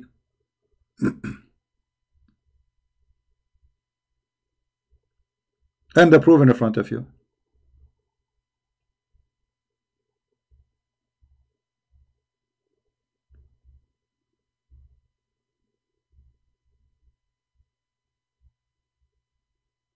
Stupidity is amazing. But this is what happened when you have a guy, he's a thief, he's a donkey, not educated. He copy, he posts in his book. Okay, he heard that the Christian, they have a book, it's called Injil. We call it Injil, but this is not, that will not be good for you, because it's called Injil because this is a book written for the Greek people. It's a Greek book. Why you are using the Greek book? And the funny, it is Allah who sent the Injil, not someone else. It's not like Muhammad saying it's called Injil. No, Allah He gave Moses the Torah and gave Isa the Injil.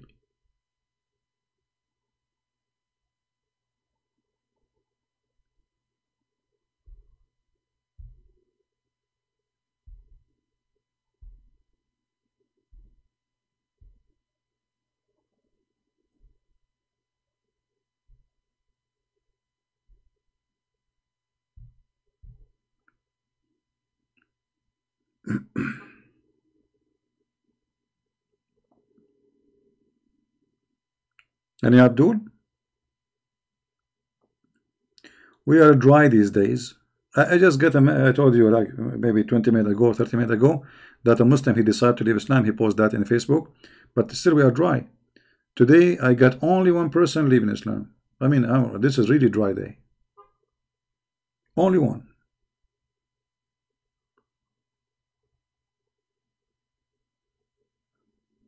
No, I don't think the name of Isa is coming from Isos in Greek. I don't think so. Because still there's a huge difference, you know. I believe that Isa is a son of a woman. Her name is Maryam. She is the sister of Aaron, which means he is the nephew of Moses and Aaron. If you go in the Old Testament, you will find that Moses and Aaron, they have a sister. Her name is Maryam. This is exact the same name as written in the Quran. And Muhammad himself, he mentioned in the Quran that Maryam is the sister of Aaron.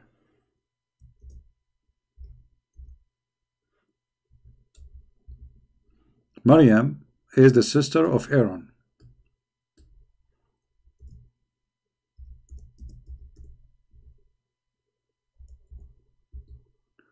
So obviously this idiot, he heard from the Jews that the daughter of the sister of Moses or Aaron, her name is Maryam.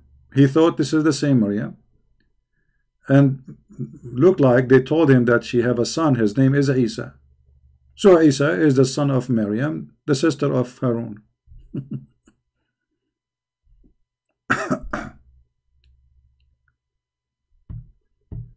Garbage in, garbage out.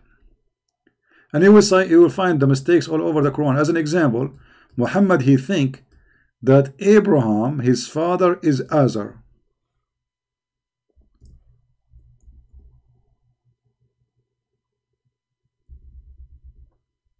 But all of us, we knew that this is going to be true. I mean, why the Bible will say different name? It's a book came long before Islam. Why the ones who wrote the Bible will give us a wrong name for Abraham? Why the Jews will lie about it? There's no way. You know?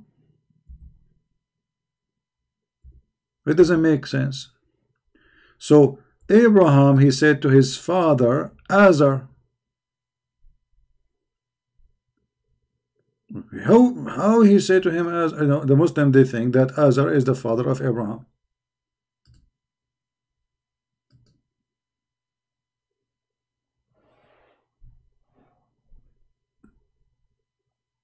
But where is the word Azar is coming from?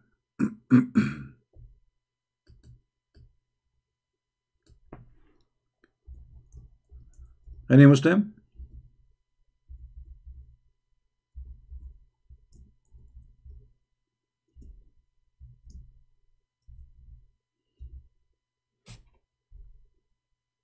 Any Muhammadan? Any comment?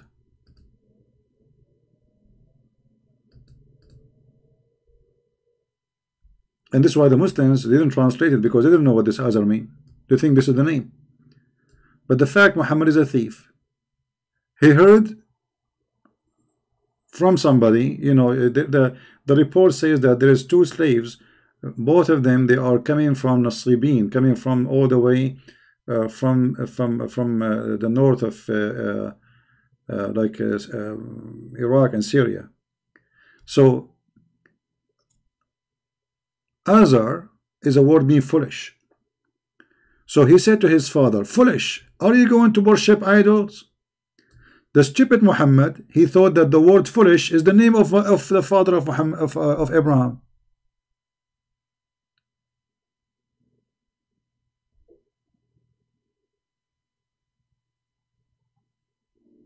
So read carefully and remember when Abraham, he said to his father Azar. Muhammad, no, he don't stop. His father Azar, he think that this is the name of his father. Do you take idols as gods? But the fact, this is not a name. This is the word means stupid, foolish. This is foolish. Are you going to worship idols? So the word stupid, idiot, donkey became the name of the father of Abraham. Well, I don't know how to give you a reference. This is you have to we have to invite somebody. He is because for me, I did learn this actually from a scholar in the Aramaic language, in the ancient Aramaic. So to provide you with the reference, I have to get his books. No. Everything we have, we learn it, right? We learn. You learn from me, I learned from people too. So knowledge is not something you are born with. You spend your time searching, looking, finding, and then you learn. But anyway, you can go to anyone who speak ancient Aramaic, because still there is some people they do speak the ancient Aramaic until now, and they will confirm it to you.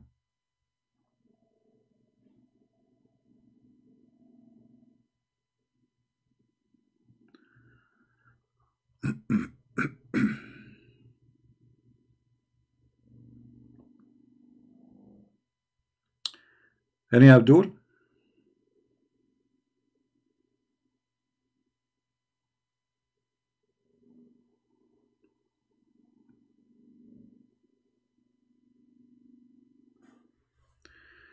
Be careful here. Look like we have a fraud person. His name is Nathan.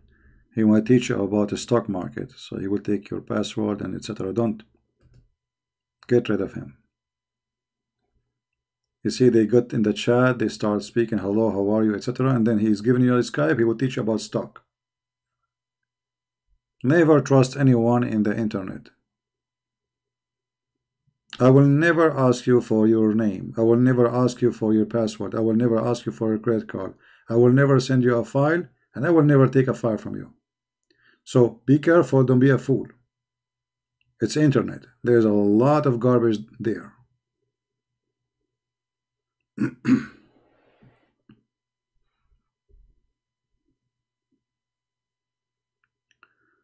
They call their god Al-Awlah. I don't know why they call their god Allah. I'm not sure why.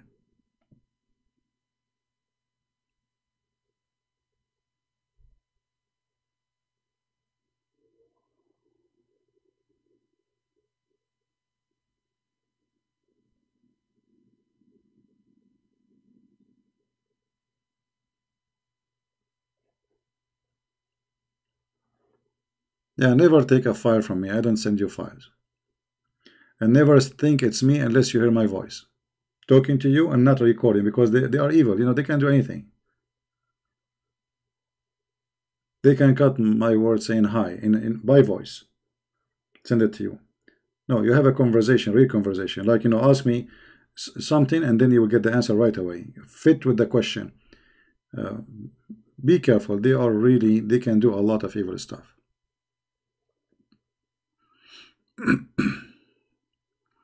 And anyway, I mean, here what we are doing is sharing knowledge. Why you wanna ask you for anything? You know what I mean?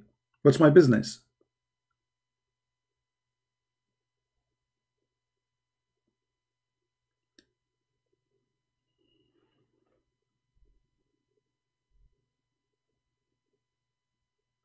Do you have any other books you think is good to read about Islam? Well, Islamic books is the best to learn about Islam, but not Islamic books written to you in English, which means you have to learn Arabic, actually. You want to learn about Islam, you read Islamic books. All the garbage there. You can say 99.9% of my knowledge about Islam is coming from the garbage of Islamic books, which means Muslims are the one who taught me. But for them, they don't see that there is garbage there. They see that this is amazing.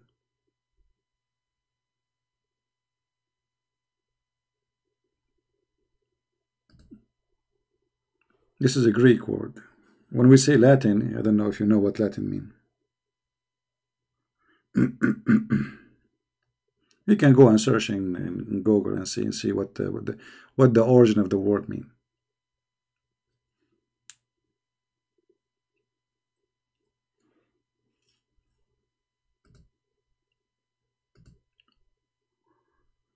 There is origin of languages, and there is languages who follow.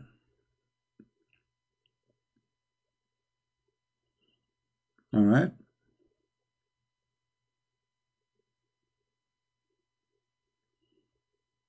As an example, Arabic is not a language by itself.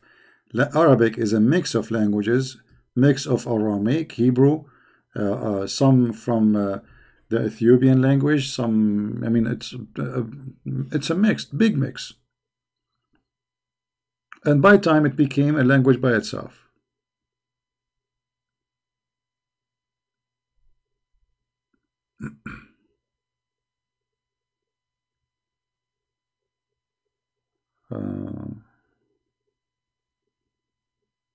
Adzan? What adzan? There's nothing such a word. You mean azan? Well, you know, what happened when they called for the adhan, they were looking for a way to call for a prayer. The Christians, they have a bell. The Jews, they have they have that trumpet, you know. The Muslim, they have to come with something.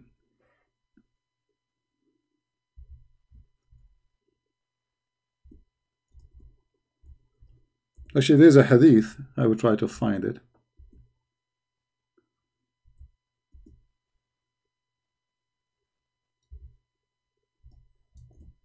Let me see. They were discussing what to do. They told Muhammad, maybe we should use the bell like the Christians. He said, no, the Christians use it, so we should find something else.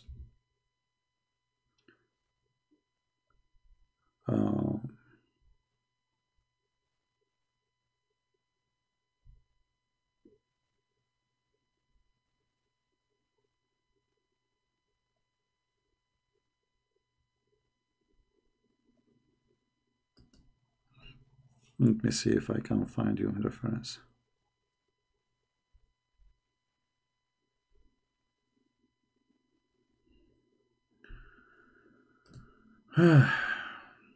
It's not easy what I do, you know, but it's okay. Here we go. You know, like you have to have a very good healthy memory to, I mean, to find right away reference to come to your head. The people mentioned the fire and the bell. What does that mean? They are proposing to Muhammad, let us choose this. Which one you use? Use fire to call people for prayer, or the bell? Huh? So they are suggesting to Muhammad to which one to do. All right. And then Muhammad, he told them, no, this is for the Jew, this is for the Christian, so I'm going to use the adhan in the order Bilal to do adhan. Let's see different here we go. Look at this hadith. This is better. I have more details. I don't know if the text is clear. Is the text clear, guys? When the Muslims arrived to the Medina, they used to assemble the prayer and used to guess the time for it. See, during those days, the practice of adhan for the prayer had not been introduced yet. Once they discuss this problem, see, where is Allah inspiration? Why Allah don't send a verse, do adhan? No, they discussed this problem regarding the call of the prayer. Some people suggested to use the bell like the Christians. Others proposed the trumpet or the horn like the Jews. But Umar was the first to suggest that the man should call for the prayer. So even the adhan is coming from Umar, not from Allah. Do you see it? Do you see it? A scandal. It's a disaster. It's a garbage. Even the prayer for the Muslims, it was made up by Umar, as you see. Umar. Here we go. And this is the hadith for those who like to save reference.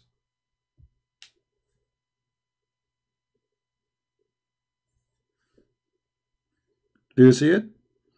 I hope I answered you, the one who asked me about the adhan. This is the reason behind the adhan. It was Umar. It was not even Muhammad. You believe it? It's not Allah. It is not Muhammad. It's not from Islam, because who is the Prophet, Umar or Muhammad?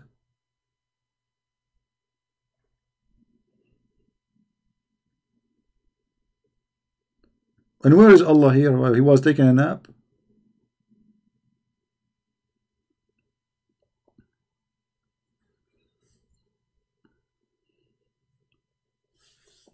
Anyway, what we do here is it's about education. And I hope people, they take reference, they save them. And if you are ever watching my videos later, for those who watch my videos, and you want to find those references, it's very easy. You know, think about it this way. Let us try to search for the same line. Like, let us say, type the same exact line in Google. You will find the hadith. Like now, I'm not showing for those on the screen what is the number. And you want to know, okay, where I can find this one. Very simple. Choose a sentence. Those days, the practice of adhan for the prayer had not been introduced yet. Actually, try always to find a unique sentence. Like here. Once they discussed this problem regarding the call for the prayer, some suggest to use the bell like the Christians. Here you go. It's long, but will make you guarantee to find the reference. This is in case you did not, you know, you don't know how to find it, because we post the link here, but later the people download my videos and share it everywhere. All right. I mean, you see, you guys are lucky. You know, for me, when I was studying, we don't have computer and internet. First time I got a computer, I turn it on. I don't know how to turn it off. I said, what's wrong with this computer? I hit the switch again. It doesn't turn off. I thought there's something wrong. I took it to return it. They gave me a defect computer because I don't know what this computer is. I just get it, you know. So I hit the switch. It turned on. Okay, wonderful. And now I play a little bit with the mouse to see what this like. You remember the old days computer? They were like a woman. She have a baby in the 9 month. Very huge screen. So okay, I play with it. Okay, now I'm done. I'm gonna turn it off. So I hit the same switch. I thought the same as a light, you know, like the same as a stereo, the same anything. So I hit the same switch. The one I turn it on, it doesn't turn on. Doesn't turn off. Like, what the heck? I paid a lot of money for it. Something wrong with it. I turn again. Like, I hit it again. It's not turning off. Oh boy. Man, oh man. All this money was for nothing.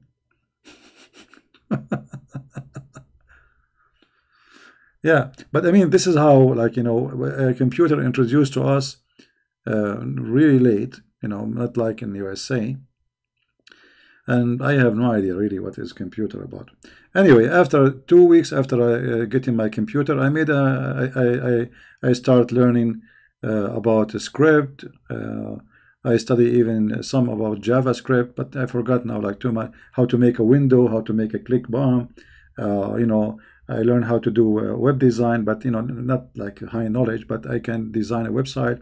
So from a person, he turned the computer on by a switch. He don't know what computer. You know, it was very, I mean, in 2 months, 3 months, I became really good in that. Yeah. But this is how, you know, everything. Today we are lucky. You have your phone is better than any computer at that time. I remember even to log into the internet, it was dial up. You know, dial up. You know, the ring in the phone, and then the modem stuck. And when the modem stuck, that's it.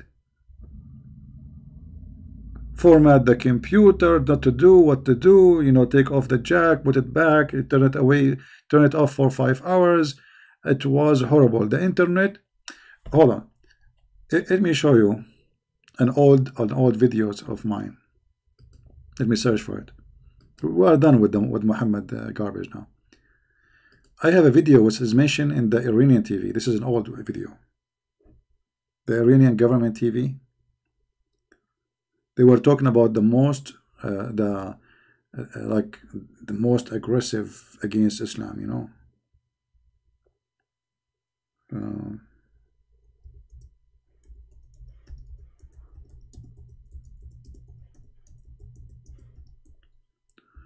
Let us see if we can find something.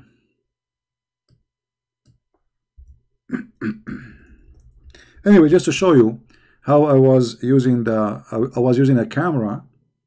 I bought a camera which is really expensive. I was recording the screen by the camera. You believe it? Recording the screen by the camera. I'm trying to search in Google to see if I can find it.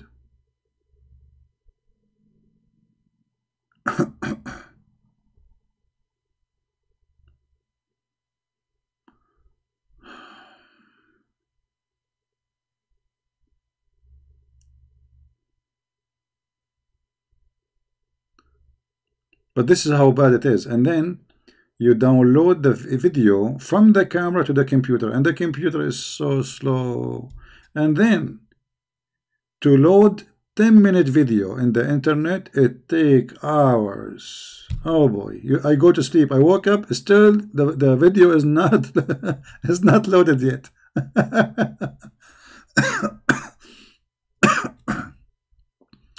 I know I cannot find the video. I'm sure it is there somewhere.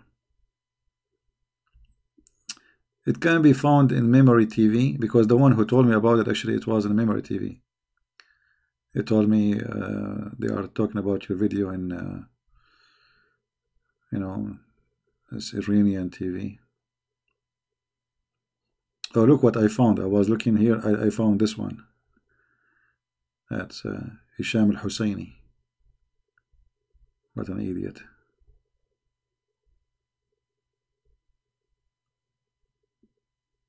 Anyway, Mission Impossible. I have millions of videos, so finding my video by myself is impossible. Oh boy.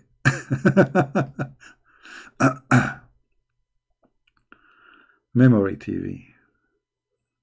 Memory, not memory. Yeah. Anyway, maybe you can find it. But this is how hard in the old days. Not like now. I mean, we have software. I mean, things is way easier. Like, and not only that, I used to use Google Translation to translate anything, because there's nothing. There's no hadith in English. There's nothing. When I was exposing Islam, you know, at that time, there was nothing. Totally nothing.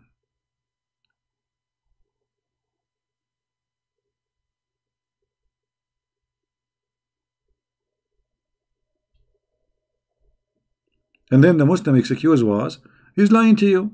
This is a translation. It's not true, you know. Now we have their translation. Even we show on the screen, it says it doesn't say that, CP. Yeah. Anyway, guys, I think we have a good time for today. I mean, I searched my videos on the internet. I found, like, if you find a million videos of my videos, I mean, it's endless.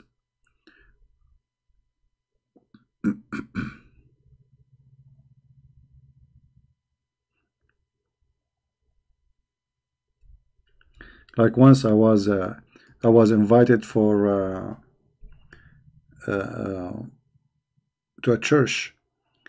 I will meet with the board first before I speak in their church. They want to know who I am. They don't know me.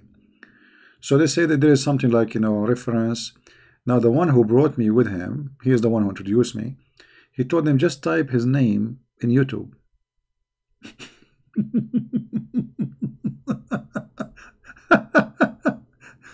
The bishop of the church, he starts scrolling with his iPad. All of these videos is yours. All of those. And he is scrolling the screen, and the screen is running fast, you know. And all those videos is yours. I said, you see, so nothing, you know. You can keep going until tomorrow, maybe next year, you know. Yeah, that was a very interesting meeting. Supposedly, I will speak for a half hour with them and 15 minutes. I think they told me, the guy who brought me, he said they will give you 15-20 minutes maximum. They are busy people, you know, and you have to explain what do you do. So use it in the best way to convince them. So we went there for like 20 minutes, 15 minutes, whatever. And then we left, I think it was almost 11 something, middle of the night, which means from afternoon all the way to the middle of the night. That's it. They want to go. You know, tea is coming, drink is coming, coffee is coming. Those guys, they want to go. You know. And the guy, he insists. He told me they will not give you more than 15 minutes. They were serious. You know. So you better use it in full. The guy who brought me, he said, I have to go. I can't stay here. You know, he said, okay, this is already 2 or 3 hours, you know. I have a family. He said, but I don't know now who is going to pick you up. I mean, take you back where you came from.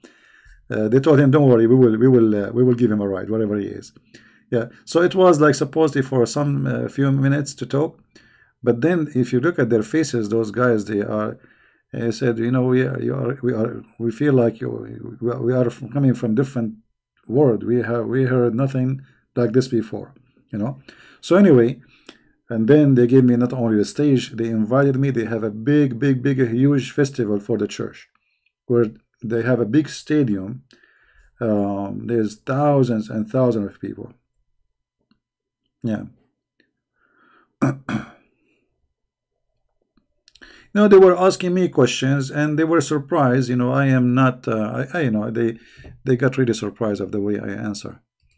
And the one who, you know, who invited me, he told them, this guy, he is not politically correct, so be careful. You know. Yeah.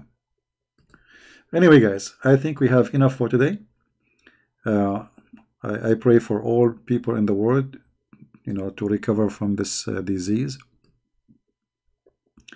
We pray that Muslims, they will not be sick with it. We pray for everybody, not only Christians. We pray that the world will be saved. And at the same time, we remind mankind that life is very easy to be lost. Don't think you will live forever. There's many people, they wake up in the morning, they think there is years and years to come, but they never come back home. There's people go to sleep, they never wake up. Life is very fragile, very easy. You lose it. There's people who they are young, they make fun of the old. You might not live even for next week. At least this person, he lived 90 years. Maybe you will not even live a year more. So I believe that death is a mercy. Death is a reason for us to be wise and to be humble. Imagine if a human being, he never die. He will be a monster. He is already a monster. Death is the only reminder for a human being that he is nothing.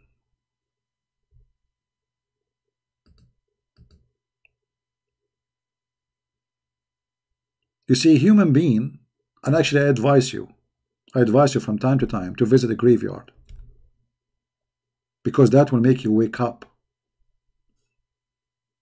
will make you go back to the truth.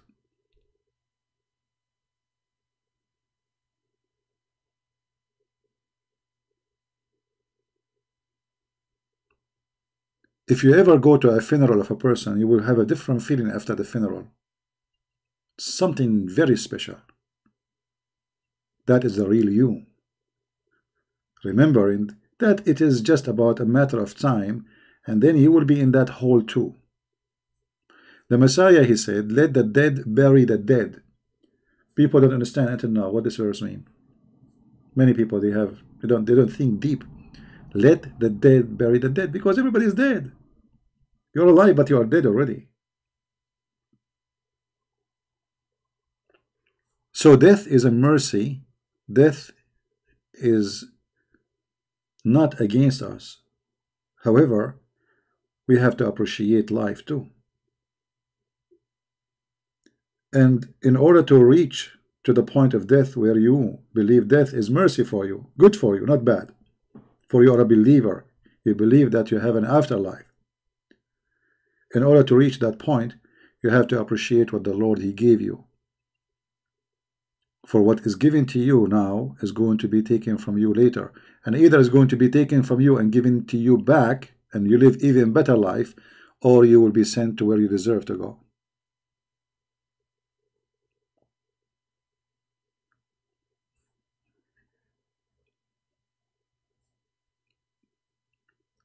Don't be afraid from death. Be afraid from being fool. Lord will not make me live long. I want, because I want to live long. I mean, long, long, long. What is the long is about? I mean, there is enough of life. Yes, there is enough.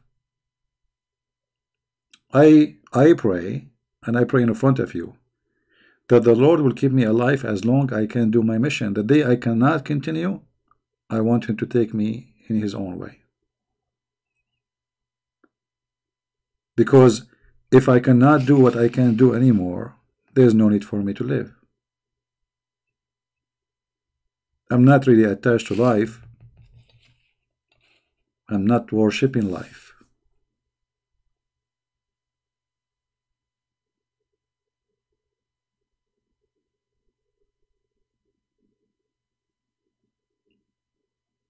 It's like, a tree still standing, but there's nothing. There's no leaves, there's no fruit, there's nothing. What's the point of me being standing there? So my friend, always think about others, feel for them, pray for them, pray for your country, pray for even those who hate us. Be Christian. Remember not to fall into the hate game, the Satan game of hate.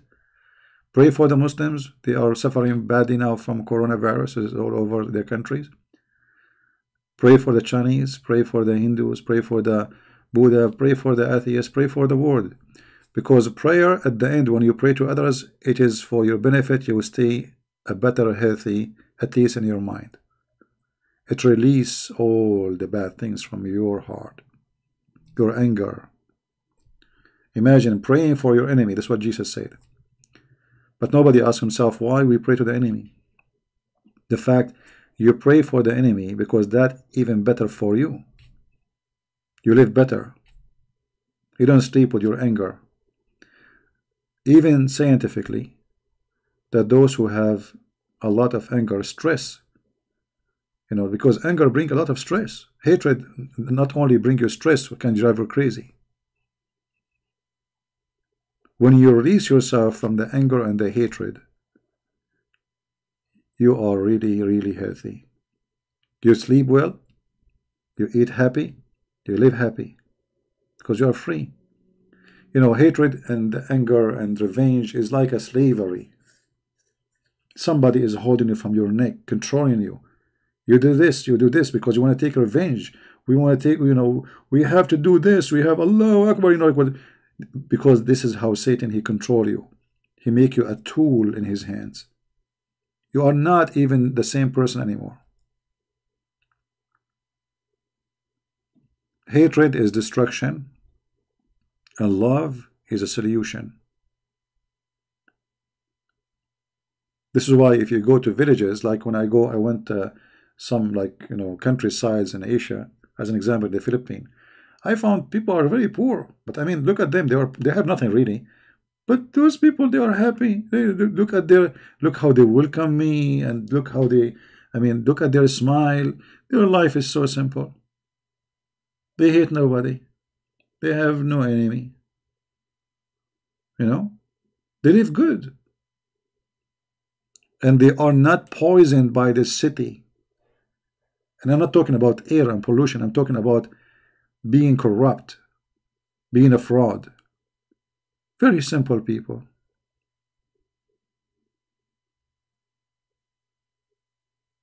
Their bed is from wood, their roof is from wood, and when it starts raining, the rain starts coming from some holes in the side of the roof, And the guy, he was looking, he says, thinking that this is our Filipino shower. He was not upset, He said, this is our Filipino shower. I said, well, good to have a house anyway, He's happy, and he is healthy. He have all those coconut trees around him, the kids playing outside. Very beautiful, nature. So, you see, maybe you might think that they are not blessed. They've been taken, they don't have anything. They don't have electricity. But God knows what will happen to them if the electricity enter to their house. Very simple life. You know, they eat from the trees around them. They have a caribou, like a cow. You know, they plant better than those who live in the city. You know, you go to the big cities in the Philippines. I mean, what kind of life? People rent little tiny room, and then they work the whole month to pay the rent for this room. Go and live in a village. At least you live healthy. You die healthy. Why everybody is dying to go to a city? Because a human being became like a mosquito, you know, attracted to the fire. You know, the fire have a light, so the mosquito go inside the fire, think that this is light. This is not light. You spend your life working like crazy, and you accomplish nothing in those cities. And then because life is tough in those cities, the cities will drive you to a corruption because your money you make is not enough. You want more. In order to live better as you want, you have to make more money. In order to make more money, it doesn't come easy. It doesn't come like just by doing a job. Yeah, I live too slow, so what? I mean, if a fast life is better, you know, just remind me. We mentioned this is before actually. There is actually this is an article I saw it in the internet, a story. I don't know if it's true or not, but anyway. But it's a very good story. Uh, there was a guy, a businessman. He was going to Mexico. You know, in the beach. There's a village next to it. So anyway, he go to the coffee, like in the beach. He find a bunch of fishermen. He start conversation with them. One of them. So he told the guy, the fisherman. So what do you do? He said, I'm a fisherman. He said, what time you go to work? He said, well, I go early morning. What time you finish? He said, I finish like by 9:30. I'm done. He said, then what you do? So I come here with my friends, sit in the coffee. You know, I sell my fish, give them the store where they buy the fish from me, and then I come and sit with my friends. So the businessman, he says, why you don't fish all day so you can make more money? The Mexican fisherman, he said to him, okay, and what is next? He said, if you fish all day, you make more money. Then after a few years, you can save good money and you can buy a big boat. I said, okay, and what is next? He said, then after you buy a big boat, you save more money, and then you buy 3, 4, 5 boats. I said, okay, what is next? He said, okay, after you buy many boats, you have many people, you have a company and corporation. I said, okay, and what next? He said, then even you can have your company became so big for fishing, and you have a stock market. You became billionaire. He said, okay, then what next? He said, then you come here, relax you sit in the coffee, drinking your coffee in the beach, you do nothing. I said, I'm doing that already now. He's doing this already now. So he want him to work all his life, destroy his health, to sit in the coffee, to drink coffee. Well, he's doing it already. He go in the morning, work 2 hours, 3 hours, and he come back all day with his friends, drinking coffee and laughing, and they are happy. You see how they corrupt you? I'm doing it already. The guy who is a businessman now, he is retired, but he spent all his life, and now he cannot swim no more. You know, he have a 1,000 bill if you have to take with him wherever he go. Maybe you have an oxygen. You cannot. So this is what people do. They work all their life, and then when they have money, supposedly they want to go and have fun. But you cannot have fun no more. You became so old. You need somebody to carry you. So he was advising the Mexican fisherman how to have a company. Okay, what he will do with the company at the end of the day, he's going to die. All what he need, he have. He's happy. You're advising me all of this to do, to go back in the beach and sit in the coffee. I am in the beach, I am in the coffee.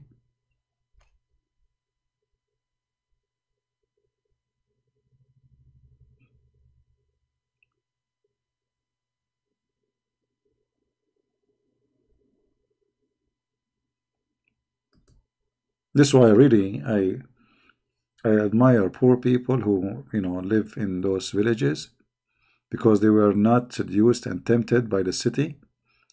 They stay strong in their town. They live better. They preserve their honor, you know. Because when you are poor and you go to a city, you will be humiliated. They will give you the lowest of jobs. They will take advantage of you. And not to mention, pimps and gangs and crimes and you name it. Live in your town. Preserve your dignity. If you work in a city for somewhere for some time, save money and go back to your town. Don't be a slave of money forever. Buy little land in your town, live there, build a house by your hand, and you are just wasting your time. You will end in nowhere. Like you will find,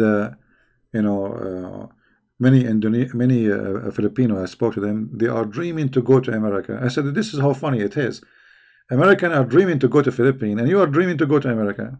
Why? Because for them, they want to have that big TV, they want to have the car, they want to have etc. But they don't know that American, they wish they can go and live in the Philippines.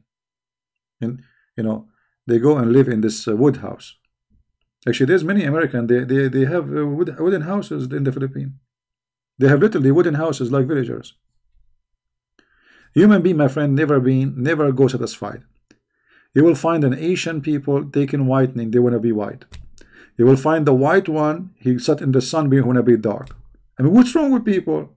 Because nobody is satisfied. The white want to be darker. The darker want to be whiter.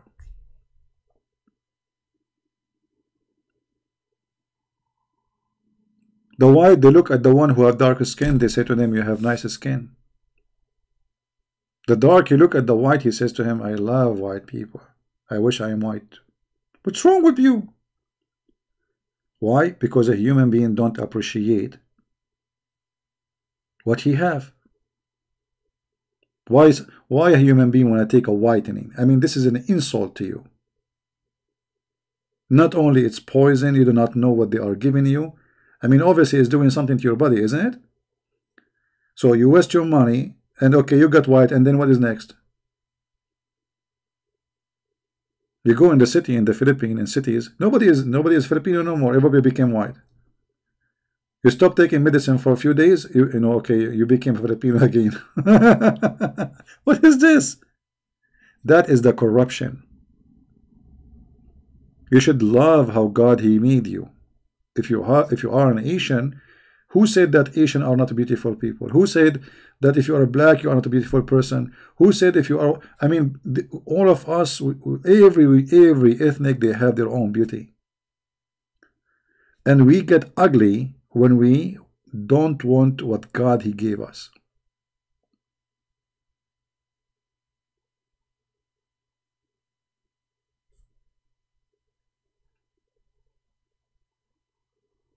You see European, they sit in the sun for like 6 hours, 7 hours until they become like a chicken coming from the barbecue. Why? Because they are not happy with their skin color. Okay, so what we will do now? We will get darker. And what we will do? We sit in the sun for 10 hours. And then we get cancer.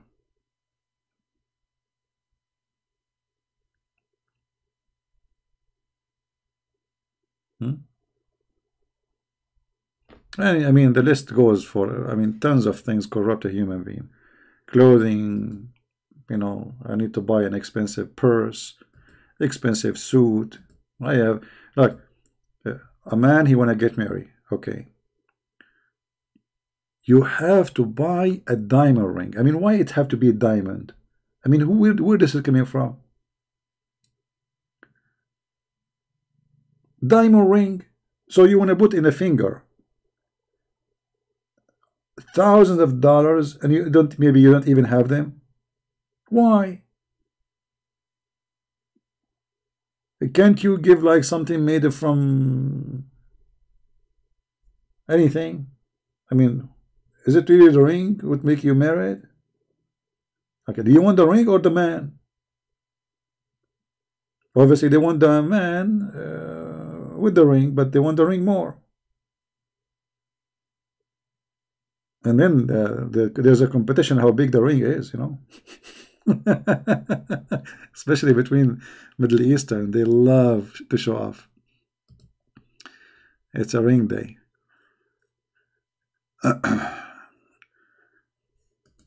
Well, if I get married, if ever I get married, I might give her, let me see, I will go to Walmart. I will buy maybe a ring like for $5, you know, and after a few weeks, it get rusty, she will throw it away. And then she will have no ring. Bingo. Why she have to have a ring anyway? So she can hit me in my face, give me a box, and leave a ring mark? Hello? Yeah, anyway, you know, just be simple. Life is good. Be happy. Those things, they are not important. And actually, if you wear them, they can cause you to be killed. You know, a criminal, he see you wearing such a ring, he might cut your hand to take it. You know, if you don't have them, nobody will attack you. Nobody will think about coming to your house. Having those rings is an invitation for criminals. You know, when I was away abroad, a bunch of teenagers, they broke into my house, and I think they wanted to leave the nation, but they did not.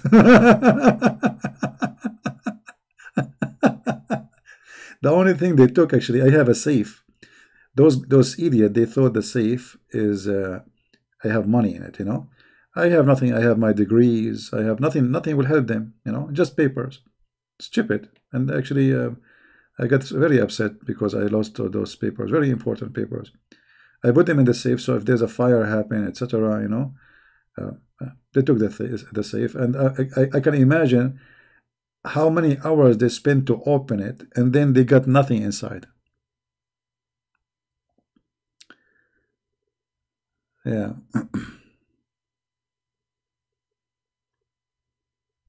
No, you can buy a ring, like a gold ring, you know, for like $100. That's enough, you know. It's just a symbolic thing. But there is some people, they live for fashion and they live for expensive stuff. This is how their life. And when they will die, and whatever you have, they will take it from you. You will not take your ring with you, trust me. How I know they are teens? Well, they told me actually, because there was a neighbor, he saw them when they broke from the window, and then by the time the police came, they run away, you know. Yeah, they are like young, not yeah.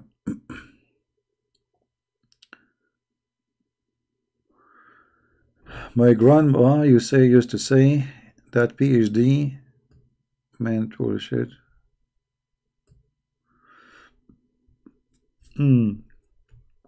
Well, it's you know, having an education degree is good anyway because it opens doors for you, but doesn't mean you have education. You see, your degree is required for certain jobs, right? So if you have degrees, that open opportunity for you. So degree is good. I encourage people to get degrees, but degrees is something and knowledge is something else. And you know, there's depending on the degree too. Like let's say you have an engineering degree, we learn about engineering. Anything else you don't know, right? So you have only one field of education. If somebody speaks to you about religion, if you don't educate yourself, you know nothing. History, nothing. Politics, nothing. You know. So degree doesn't make you educated. A degree give you education about one branch as a career, so you can make money.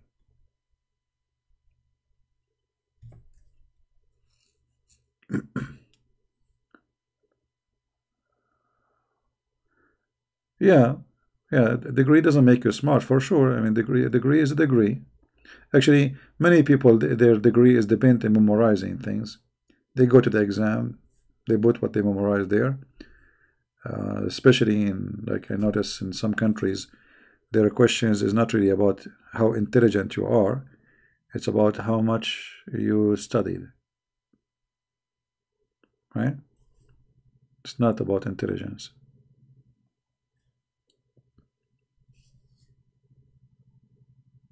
But always I encourage people to earn knowledge, to earn degree, because degree can open doors for you, get a good job, you know. If you have no degree, then you will work what? You will do the handy jobs.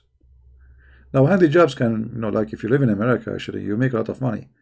If you are a plumber, man, you make money like a doctor or electrician.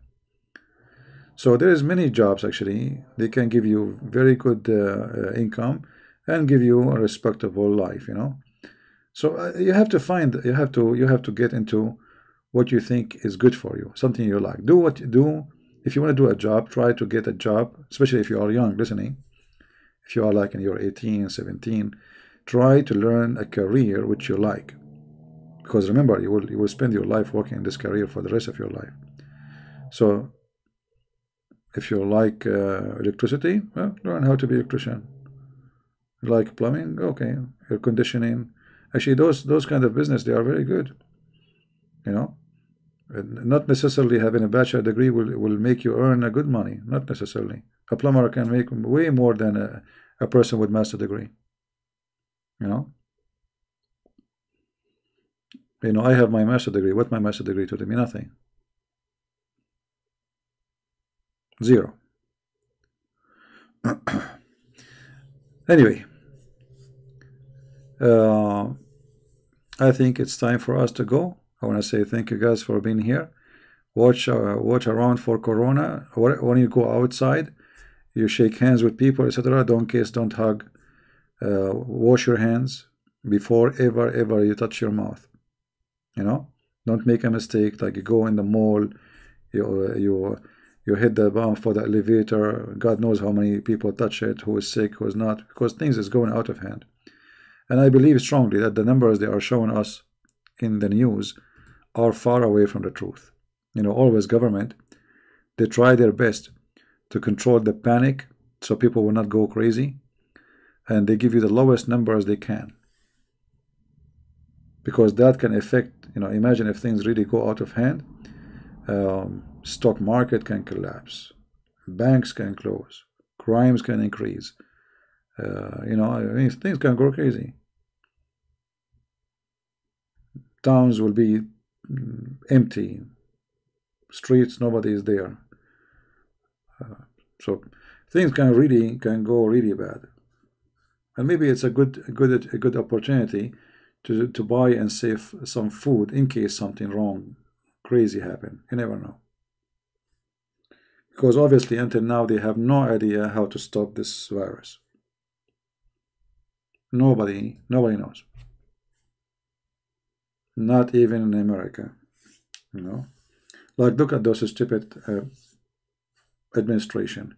They brought all those Americans who used to be in the cruise ship, and supposedly they put them for 14 days isolated to be sure they are not sick. And then later they discover that this disease, this illness, this virus, can stay and without any symptoms for 27, 28 days.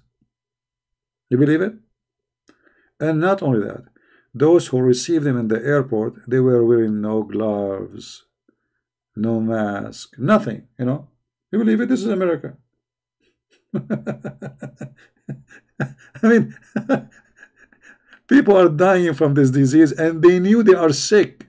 They knew, like some of them, they are sick, and yet they did not wear gloves. They did not put masks. They did not take any, extra.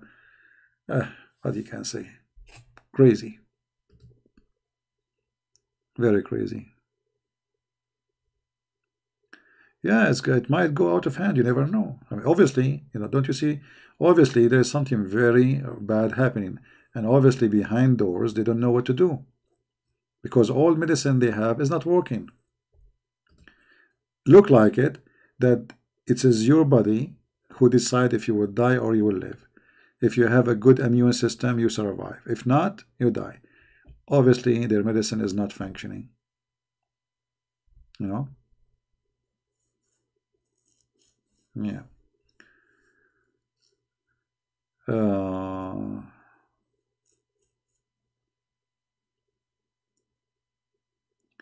Well, depend where you live, but if you live in an area where it's infected heavily, then you have to wear a mask. Not necessarily a mask. You can put a scarf. I mean, mask is just a joke. What mask? If you have a scarf at home, put it around your face. It's better actually than a mask.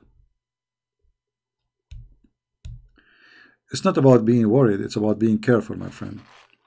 Be careful. Be careful not only for yourself, so you don't bring disease to your family. You know, you will be hurt more if you see your son dying. So if you don't care for yourself, because let us say you are brave, right? Okay, you are brave, but what about your kids, your family? You want to bring death to your home? So you have to be careful.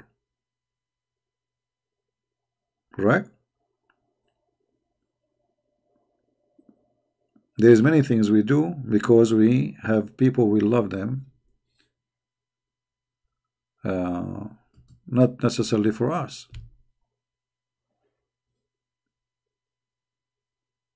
For the sake of people you love, you have to be careful. Good? Alright guys, thank you very much for being here. May the Lord bless you all. And again, feel free to download my videos, especially like the part we are teaching about Islam. You can cut it off and make it ready for your podcast or your re-upload. And we will be here again tomorrow. And until then, if the Lord wants us to be here tomorrow, until then, I say and I pray for all of you to stay in good health and wealth. And the best health is the health of the brain.